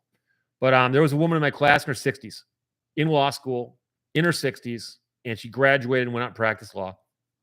And doing what you love, you're never too old. And let's face it, it ain't heavy lifting. So, but to become a lawyer in most states, the traditional way of doing it, you get an undergraduate degree, you get a law degree, you take the bar, become a lawyer. And those steps can take 7-8 years if you do them at the regular speed. You can speed it up and do it a little bit faster, but it depends. Peter Mandix says there's a rumor that the bigger the bird on the hood of a Trans Am, the slower it is. Mine had the biggest chicken sticker. Yeah, I like the early ones, the 70, 71, 72, because they just had the little bird basically on that front nose section, but they had the cool stripe. My brother had a bunch of those. So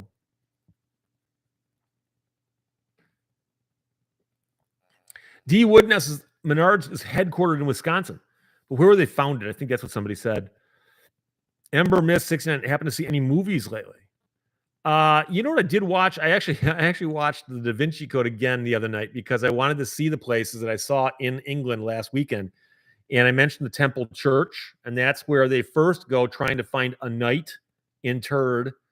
And then they realize that it's not the Temple Church. They got to get over to Westminster Abbey. And so they go over there, and they're in front of the tomb of Sir Isaac Newton. And I got my picture taken in front of that same tomb. So I watched the movie just specifically to see those things, and that's kind of cool. I was there. I was there. So that's pretty cool.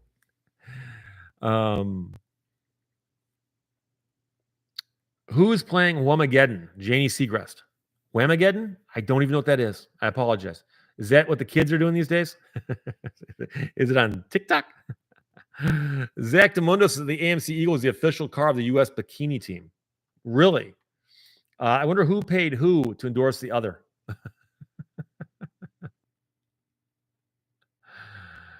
Oh, boy.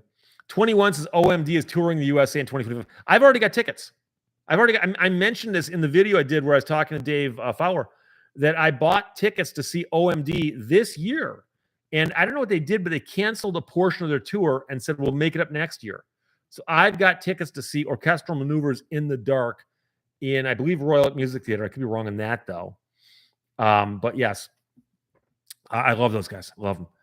Chuck Puck, can you finish law school in 2 years? Yes, I did. There's a 2-year law program at Southwestern University in Los Angeles that is specifically designed to be finished in 2 years.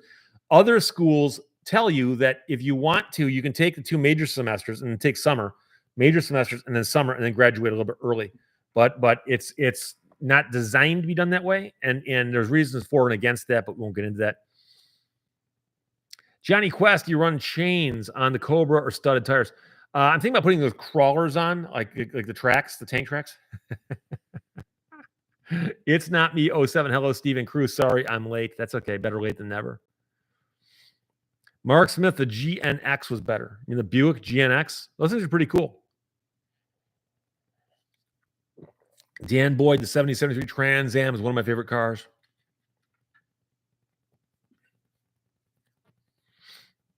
The Swarm says magnetic action with charged items such as credit cards only happens with old battery technology. I'm pretty sure modern batteries don't do this, so I'm still paranoid of the exact same thing.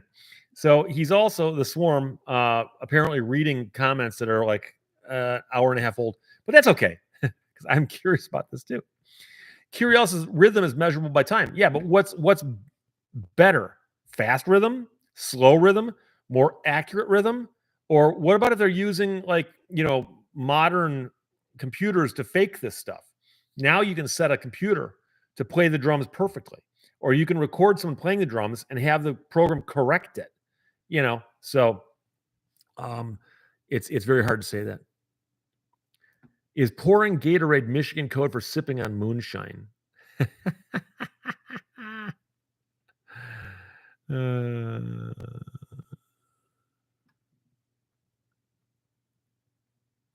Oh, the birds are free. Whamageddon is go from December 1st to Christmas without hearing Wham songs last Christmas.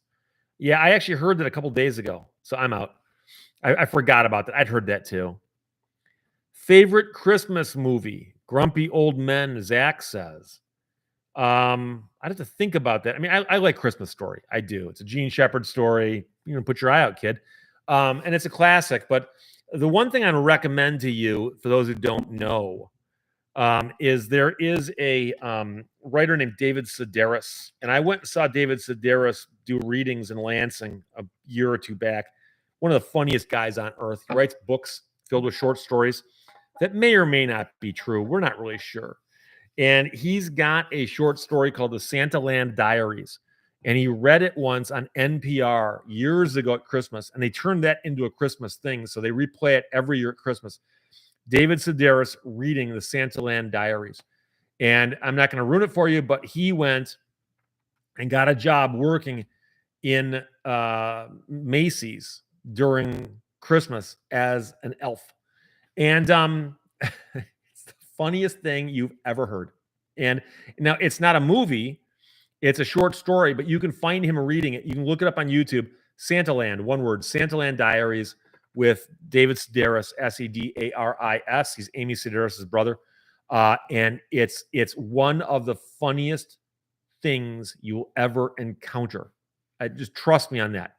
So Bob Blah Blah says, Gloria Estefan says, it's the rhythm that's going to move you. It's the rhythm. Never was a big fan. And the Miami Sound Machine. Mark Miller says, Die Hard. Bill Thomas's perfect music is not always the best sounding. Oh, absolutely. Go back and read about how they recorded some early songs, like Louie Louie, the version you've heard 10,000 times. I believe there was one microphone literally hanging down above the band, and they just recorded it, and boom, there you go. And could they have done it better? Yes. There's actual mistakes in the song. Doesn't matter. Still been played a trillion times.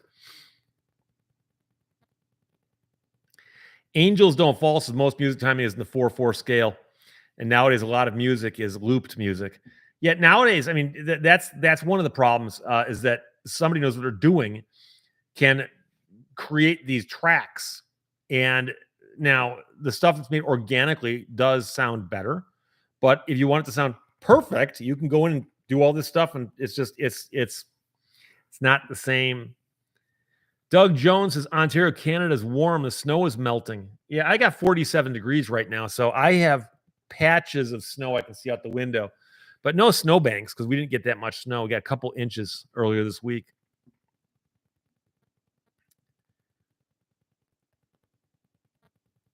Daniel Kester, what's with the putting car batteries on the floor of a garage can cause them to lose their charge? Is that true? I've always heard that's true. And so whenever I put a car battery down, I put a piece of wood underneath it because wood's a great insulator. But I don't know. But I do know that, like, for instance, if a car battery, got two posts on top, if it gets too dirty across the top, can't that also cause some kind of weird issues? So you got to keep your batteries clean. And I recommend keeping them off the ground, but I don't know. It's one of those things. If it's not true, I've been doing it my whole life for no reason. John Zeckerly, hello out there. You. David Anderson, are you attending the Detroit Auto Show in January? I've gone to that before with press credentials years ago, and I'm not sure if I want to go during the actual show. It's very crowded. I hadn't even thought about it. I might. I'm more likely to go to the Autorama. I've been to the Autorama a couple times last couple years, so I like that. Conspicuous Consumers is one more vote for Die Hard for Christmas movies. Jason Brindamauer, can we get a conversation with you and other lawyers on the Coyote versus Acme case? I'd love to listen to that discussion. Yeah, and somebody sent me the briefs that somebody wrote on that, and I just haven't gotten a chance to read them yet. So,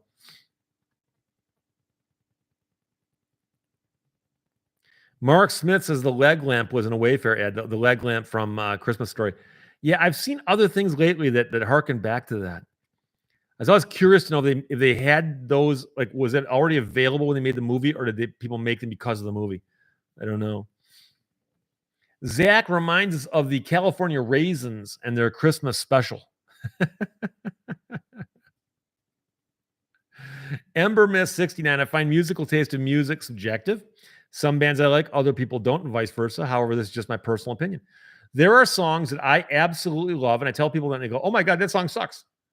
It's like, okay, but if you told me every song you liked, I'd find a few that I think suck. Okay, so there's no right or wrong on this, but I know the songs I like and I listen to them. So, Paw from EP says 12 Monkeys was a Christmas movie. It's been a long time since I saw it, so I'm not really sure. Love Actually, David Persons. That's a good one too. What's funny is I was on the plane going to England, and I'm flipping through all the available movies I can watch. And The Player with Timothy Robbins was on there. And it's been so long since I saw that movie, and I watched it again. And it's a funny movie, but it's poking a lot of fun at the Hollywood movie industry. And it's actually a very, very, if you have not seen it or even seen it lately, you should check that movie out. The Player with Tim Robbins. It's Not Me. Oh, since I thought the rhythm was going to get me. Well, it'll get you or move you. I was thinking get two, but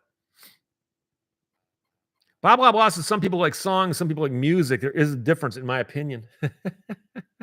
All I remember is my mom, rest her soul, coming downstairs when my brothers were playing something and her going, "What is this?" I think it was probably Grand Funk.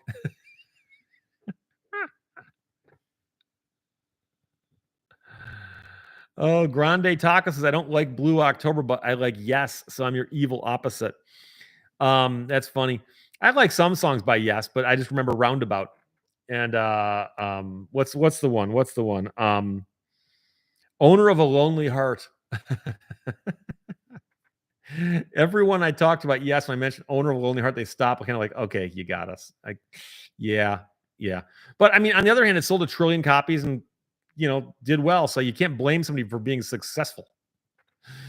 Bernadette Phillips, what car is your daily driver? It's a toss-up. I have 2 Ford Explorers. Depends on where I'm going. I've got a 2002 Ford Explorer with 170,000 miles on it now. If I'm going any place where it might be muddy, dirt roads, I think I take that Explorer. I've got a brand new Ford Explorer. It's about 2 months old. It's got 1,500 miles on it, and I drive that any place else. So I go back and forth between those 2 shows. Conspicuous Consumer versus Mechanical Engineer here says modern batteries are sealed and have negligible discharge problems when stored directly on concrete. Temperature extremes can still cause issues, but the question I have for you is, for instance, what if they get wet underneath? Is that a problem? Because some floors of garages have problems with water on the floor. That's always what I was thinking of as being the thing that could make that worse.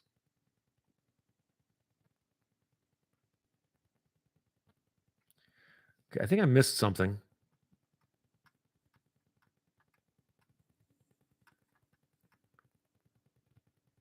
Oh, do a moot court for Coyote versus Acme, Frank. JC third. That would be fun. Of course, it'd probably be a lot like the movie that they didn't release. Mrs. Teresa, 1999. Our House in the Middle of the Street by Madness. And of course, most people say, you mean the middle of the block? In the middle of the street, I mean, might get hit by a car. Peter Asher of Peter and Gordon fame says, you imprint on the songs you hear while late teens and early 20s. Yes and no. I mean, those you probably will remember, but I mean, I've heard all kinds of stuff since then that I've picked up on as well. So, Doug Jones, who had a crystal radio as a kid with no battery required? I never had one. I never saw one. I remember seeing them in movies and TV shows and reading about them, but never had one.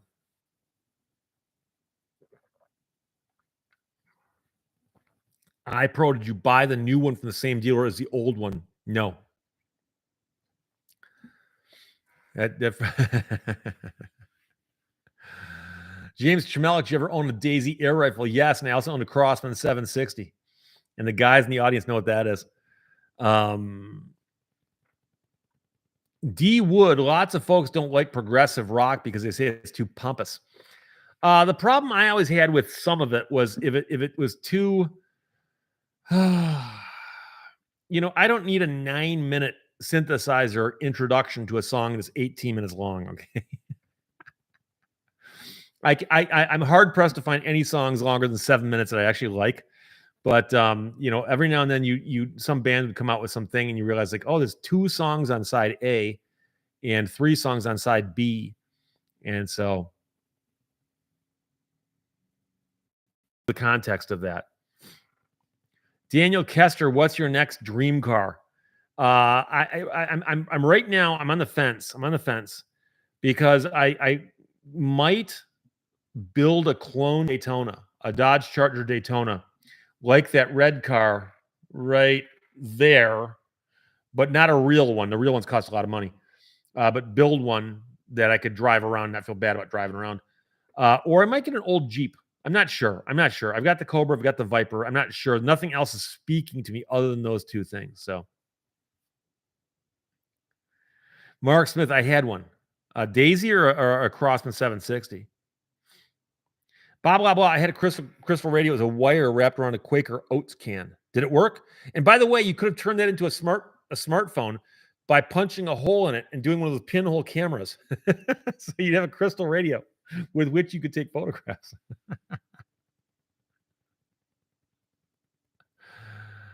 Oh boy. James Chamellik, my favorite Christmas movie is Gremlins. Bill Thomas, I built crystal radios with Radio Shack kits. How many of you guys did Heath kits? I never did. My brothers did. My brother built an amplifier with a Heath kit, and he built a couple, I think a ham radio, a bunch of other stuff, but he bought the Heath kits, which is pretty cool. Mexican Spec, I didn't know Solo Cups came in another color besides red. You gotta be kidding me. There's a whole rainbow of colors available with your Solo Cups, which, by the way, Solo Cups, I believe, is based in Michigan. I could be wrong.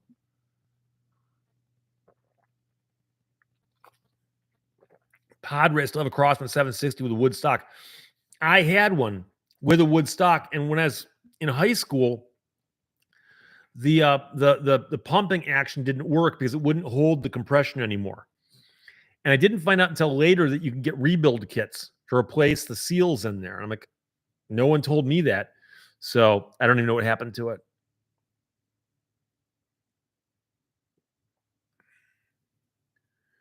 Zach says, while E. Coyote would be buried in legal debt because Acme would win. Yeah, it's a very, very difficult case to pursue because a lot of it looks like user error or assumption of the risk. But it does seem like the Acme track record of success is pretty low. Ryan Holzinger says the Solo Cup is made by Dart Container Corporation, a company based in Mason, Michigan. Boom. Where did I yank that one from? Bill Thomas, I have a Heathkit analog computer. My father-in-law got it in the 70s, oldest home computer ever. Analog? Like, does it have actual fingers that it counts on, like in base 2? Like, what's analog? I'm just joking. Oh, Larry's dinner. We lost a bit of Heathkit items in a waterline break 2 years ago. Oh, I hate to hear about things that are lost in accidents like that. You can't really replace them. I mean, you could, but it wouldn't be worth the effort. But still, Jason Brindamauer says, I just realized the audio crackling is very rare now. The Birds Are Free and MLP Mail both mention Heathkit color televisions. Really? Heathkit. Hobie Jackson built an oscilloscope from a kit. Mexican Specs says we don't get the rainbow of anything in Mexico, just red. Blazer 02 LS says there's an original Daytona up the road from me. The guy died in Iraq and his widow had it crushed. Really? I'm curious to know which one that was. They only built like 503 or 508 of them. There's a little bit of debate on the exact number. Don't want to go into it now. But if you have one that rolls, meaning that it's complete and you can push it around, a couple $100,000. One sold at auction for a couple $1 million this year. So, Lowell Riggs I am is checking out. Goodbye to everybody. Thank you for checking in, my friend. James Chamellik says they will never show you the airplane movies or the Twilight Zone, the movie, on a flight. Gee, I wonder why. If you watch, I forget which airplane movie it is, but there's a scene where the camera turns on to show you what's showing at the front of the cockpit, and it's just plane crash after plane crash. George Smith, did you watch the SEC championship last night? No, I did not. 182Q, KF, TW, think there are aluminum Solo Cups as well. Oh, that'd be pretty cool. Feral Kitty, Wall of Voodoo, Mexican Radio. Very, very cool song. These played in KROQ Los Angeles back in the day. David Person says, I grew up in Fort Worth where Radio Shack was based. Radio Shack was just such a weird story. Kurt's Corner, Kurt and Laura checking in from Boulder, Colorado. Thank you, my friends, for checking in. Good to hear from you. Kurt's Corner, Kurt and Laura, good friends of the show. They've been supporting me since long before it was cool.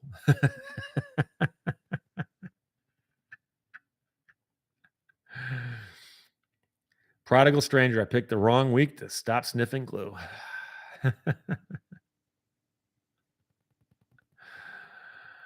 Oh, how long until we can land? I can't tell. You can tell me I'm a doctor. 3 hours. You can tell me in 3 hours, or we can land in 3 hours. Mark Miller, airplane. Nervous? Yes. First time? No, I've been nervous plenty of times. Dave Beddoes cannot stream YouTube on my Abacus computer, but can you do it on the analog computer? Lime Slice, we still have a few Radio Shack locations here in Northeast Ohio. I mentioned the last time I went into one, I simply wanted to get a connector that would let me take a headphone jack and put it into something that went around a corner, which, you can get it off Amazon for $1.29. But I walked into a Radio Shack. The guy's like, no, we don't have those. I'm like, what do you guys sell? And they have a big old display out front. They sell cell phones. It's like, dude, who's going to go to Radio Shack to get a cell phone? Come on. Manuel Guerra says Steve and Sam Crack should do a car together. Steve buys it and Sam repairs it. Make great YouTube.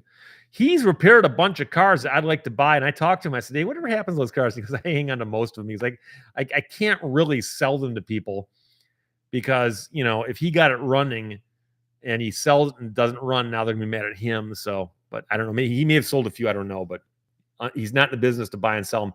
He's in the business to buy them and film himself fixing them.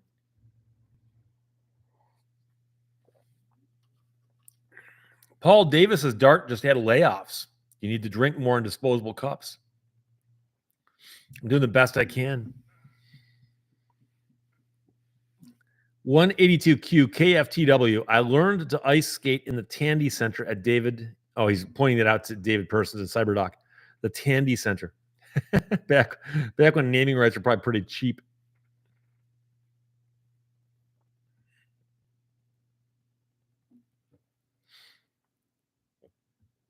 Mark Smith used analog computer, but you had to do scaling like on a slide rule. What's funny is I've never used the slide rule for obvious reasons. And I remember watching on the I think on YouTube one day, I'm like, how does the slide rule work? I never thought about it. So I watched a video about where a guy explained how it worked. I'm like, that's kind of cool. And I've already forgotten, but at the time I remember that's pretty cool. CyberDoc warns us that we're 15 minutes out from podcast termination.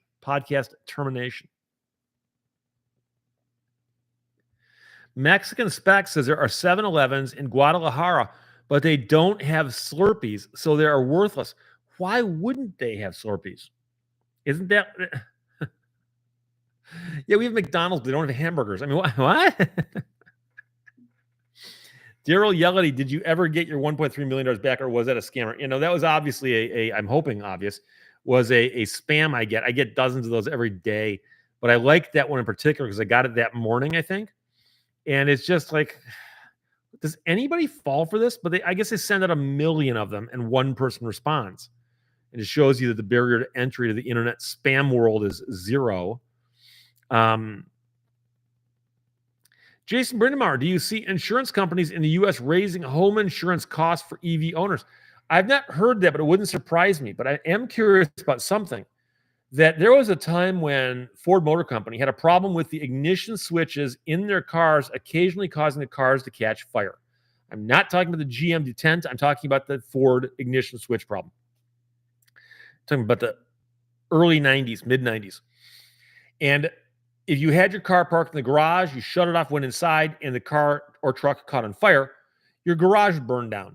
So you file a claim with your insurance company, homeowners, and they would pay to rebuild your garage and replace your truck. And then the insurance company would then seek subrogation from Ford Motor Company. And I know for a fact that Ford got hit with a whole bunch of actions from insurance companies going, hey, we want our money back because you're the guys who burned down that garage. And so I wouldn't be surprised if there were a lot of fires caused by electric cars being parked in garages, for instance, that it would be a follow-on thing that you'd see those kind of lawsuits. And then you might also see where somebody says it. Because, I mean, if you get homeowners insurance and they ask you, do you have a swimming pool? Do you have a trampoline? Do you have, wild animals in your basement? They might start asking, do you have an electric car that you garage or keep, near your house? And that could be something they say, yeah, guess what? That now, and remember that insurance is theoretically based on an extremely large population of data. So if there's 1,000 homes and they know that one will burn to the ground each year from an electric car fire, they might go, okay, we need to factor that in. But if they don't get a statistical sample, it shows that they might not. But it might even take a few years for that to show up. That's a very interesting question.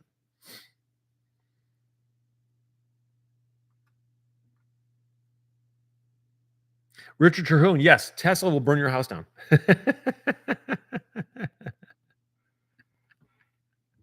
Bob blah blah says I was refused car insurance because my dog bit the Amazon guy 3 years ago. Really? You think you'd be refused homeowners insurance? Because unless you're bundling, because I think that bundling thing can backfire on you. Oh, Jason Brindamar says I know the older Ford F-150s were recalled because the brake master cylinder would leak brake fluid to live wiring below it. Would that start a fire? But I remember them talking about ignition switches. It's something to do with the ignition switch, the ignition wiring. So, Frank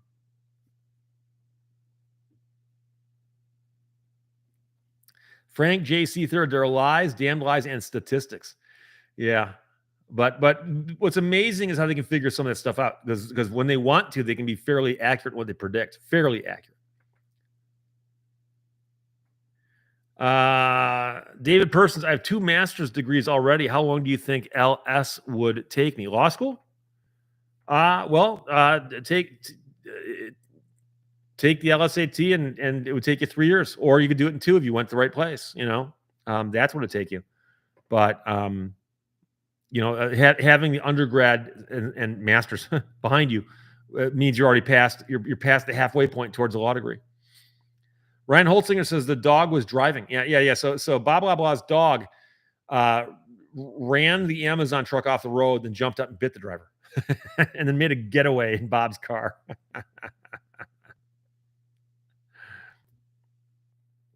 Mexican spec. Sometimes the Amazon guy needs to get bitten.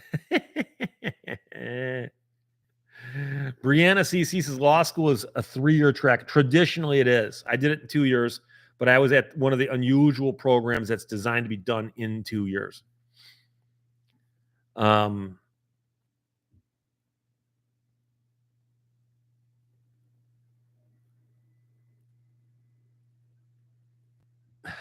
Daniel Kester says, "Hey, Steve, when you first started talking about civil asset forfeiture, I shared the subject with my congressman, who wrote back saying that doesn't happen. Nothing worse than a politician so keenly aware of what's happening in this country." Blazer 02LS says GM, it was the mid-90s switch and headlight switches that would overheat. On Ford's, the big issue was the brake light switch leaking onto the exhaust. And yet I'm here to tell you that it was an ignition problem, because it was. Oh boy.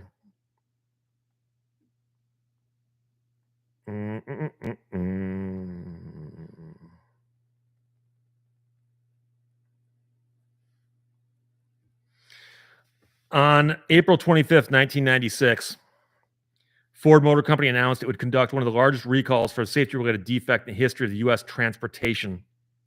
The recall covered approximately 7.9 million vehicles for a defect in the ignition switch, causing the cars to catch a blaze spontaneously.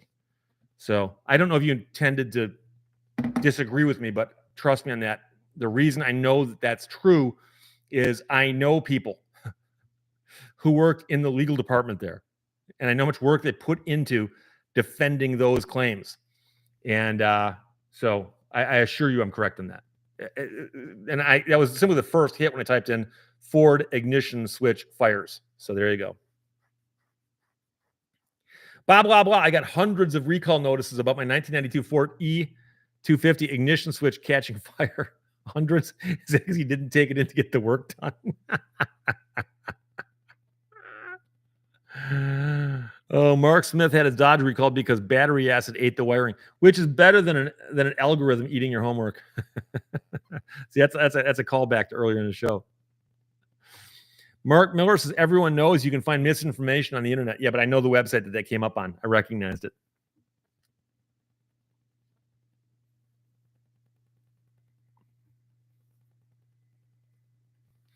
Scott Summers, do you know of any recalls on GM's Equinox?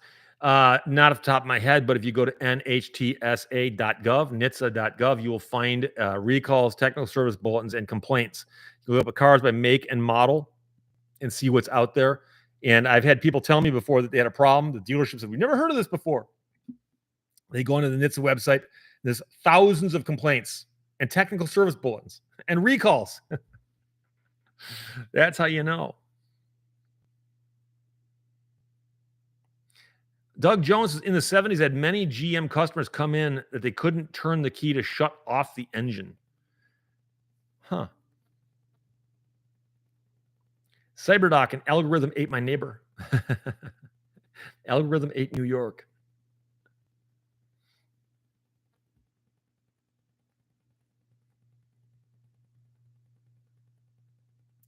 Rusty Winchester, I once owned a Dodge D100 gas tank behind the seat, Suicide Machine Deluxe. I was at my friend Mark Lieberman's shop last night and was looking at some of the cars he's got in there. And he's got this really, really cool Model T racer in a Columbia body. And the gas tank is literally behind the seats. It's a big gas tank. Right, driver's head is here, and there's gas tank right there. But he also had an old World War II, actual World War II, I think a 41 or a 42 Jeep, and the gas tank is underneath the seat. You're sitting on a cushion, and then there's a little air gap, and then there's the gas tank right there. There's nothing around it, no shielding, just right there, right there. Tally's Play Zone says my kid is committed to being a patent lawyer. When she is older, she's 12. Does she enjoy boring things? I'm just kidding. It's not terribly exciting, but you know. Oh boy. Ron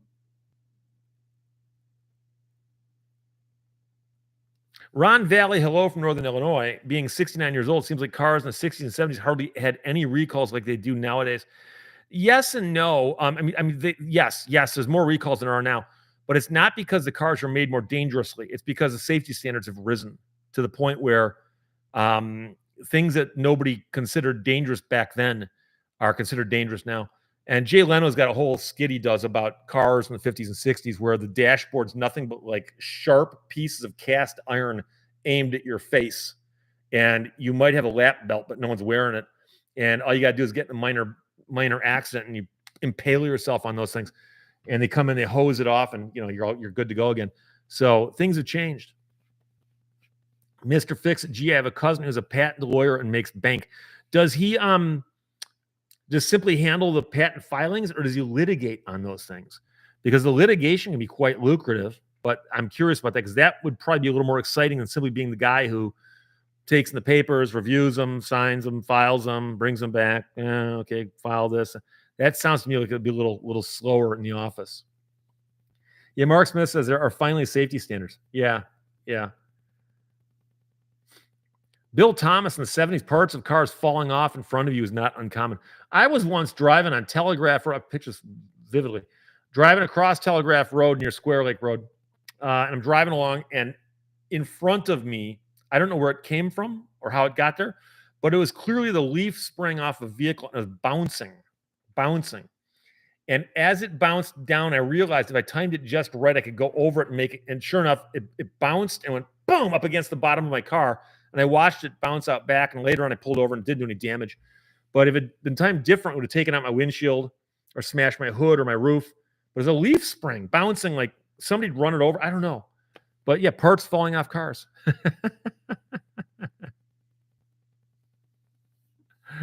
Jason Brindamar, I recently saw a YouTube lawyer say it's not illegal to ride in the bed of a pickup truck. I thought that was banned. A comment like that, you got to clarify because there's 50 states and each state has its own traffic laws. And I've done a video about myths regarding traffic laws. I don't know if it's still up or not.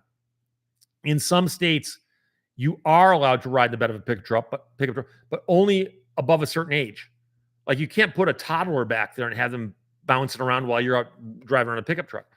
A cop might also not be happy you're standing up in the back of a pickup truck, but to actually be simply sitting back there in some states, I believe is still legal.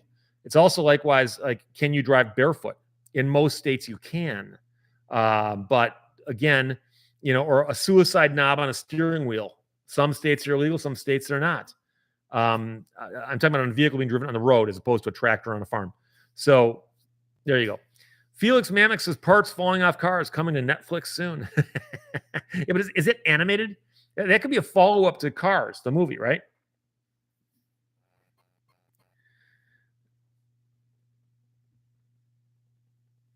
Deanne Boyd says one time my tailpipe fell off on the freeway and I looked in my mirror in time to see a car behind me run it over. Chuck Puck, have you been metal detecting lately? I did not get out this year. I didn't make it out. So it'll be next year. I mean, I used a metal detector one time, and that's because I was working at my yard with a drill, and I wasn't paying attention, and the it wasn't a drill. It wasn't a drill bit. It was a drill for driving screws, and the screwdriver bit fell out, and it fell into some grass. I'm looking at it, I can't find it anywhere. I'm like, oh, I've got a metal detector. Walk in the house, pull it out. Boop. 3 seconds later, found it. So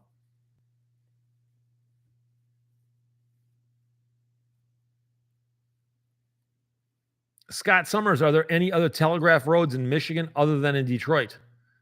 I don't know about that, but I bet there are telegraph roads all over the country because that's one of those things that at a time when they're putting up telegraph wires, they go, oh yeah, the road that the telegraph's on, Telegraph Road. Probably, I would think.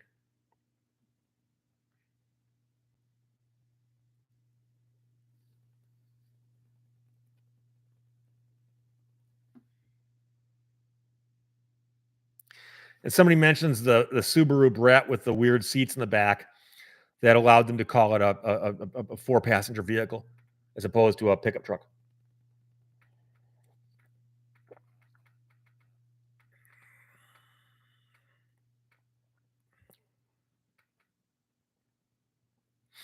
CyberDoc is counting down to the end of the podcast, or the live stream, which I might just extend just to screw up your timing. But Bob Blah Blah says, I hate to say it. Good night, Ralph. Good night, Sam.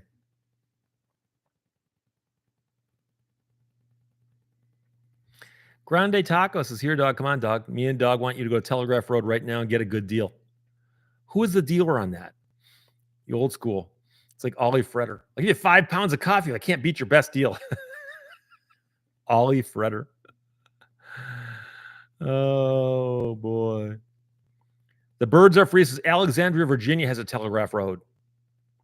Prodigal Stranger says Lehto's Law goes into overtime. Yes. Is it sudden death overtime? No. Mrs. Teresa, 1999. Have a great week, Steve. I'll be watching. I appreciate that. Zach says if everybody sends a super chat, he has to stay on the air. It's the law.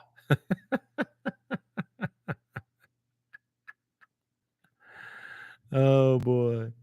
Tex US, Steve, want to do a lemon law case in Texas? I can't. I can only handle them in Michigan. There are lemon law lawyers in all 50 states, so. Sig226 says Dire Straits have a song called Telegraph Road. I did not know that. There's a song Holiday Road. That's different. Pearl Rival says Steve Lehto, John Felix covered you for an hour today. Definitely worth a watch. Predictive policing and qualified immunity in Ohio. Huh. I did not know that. In fact, I'm surprised because I didn't even cover it for an hour. But I will check that out. I'll check it out. Anyway, it is past 3 o'clock, so I'm going to wrap it for now. But we will talk soon. As always, every day on my main channel, occasionally on my backup channel, and next Sunday right here, as always, from 1 till 3. Until then, behave yourself. Bye-bye.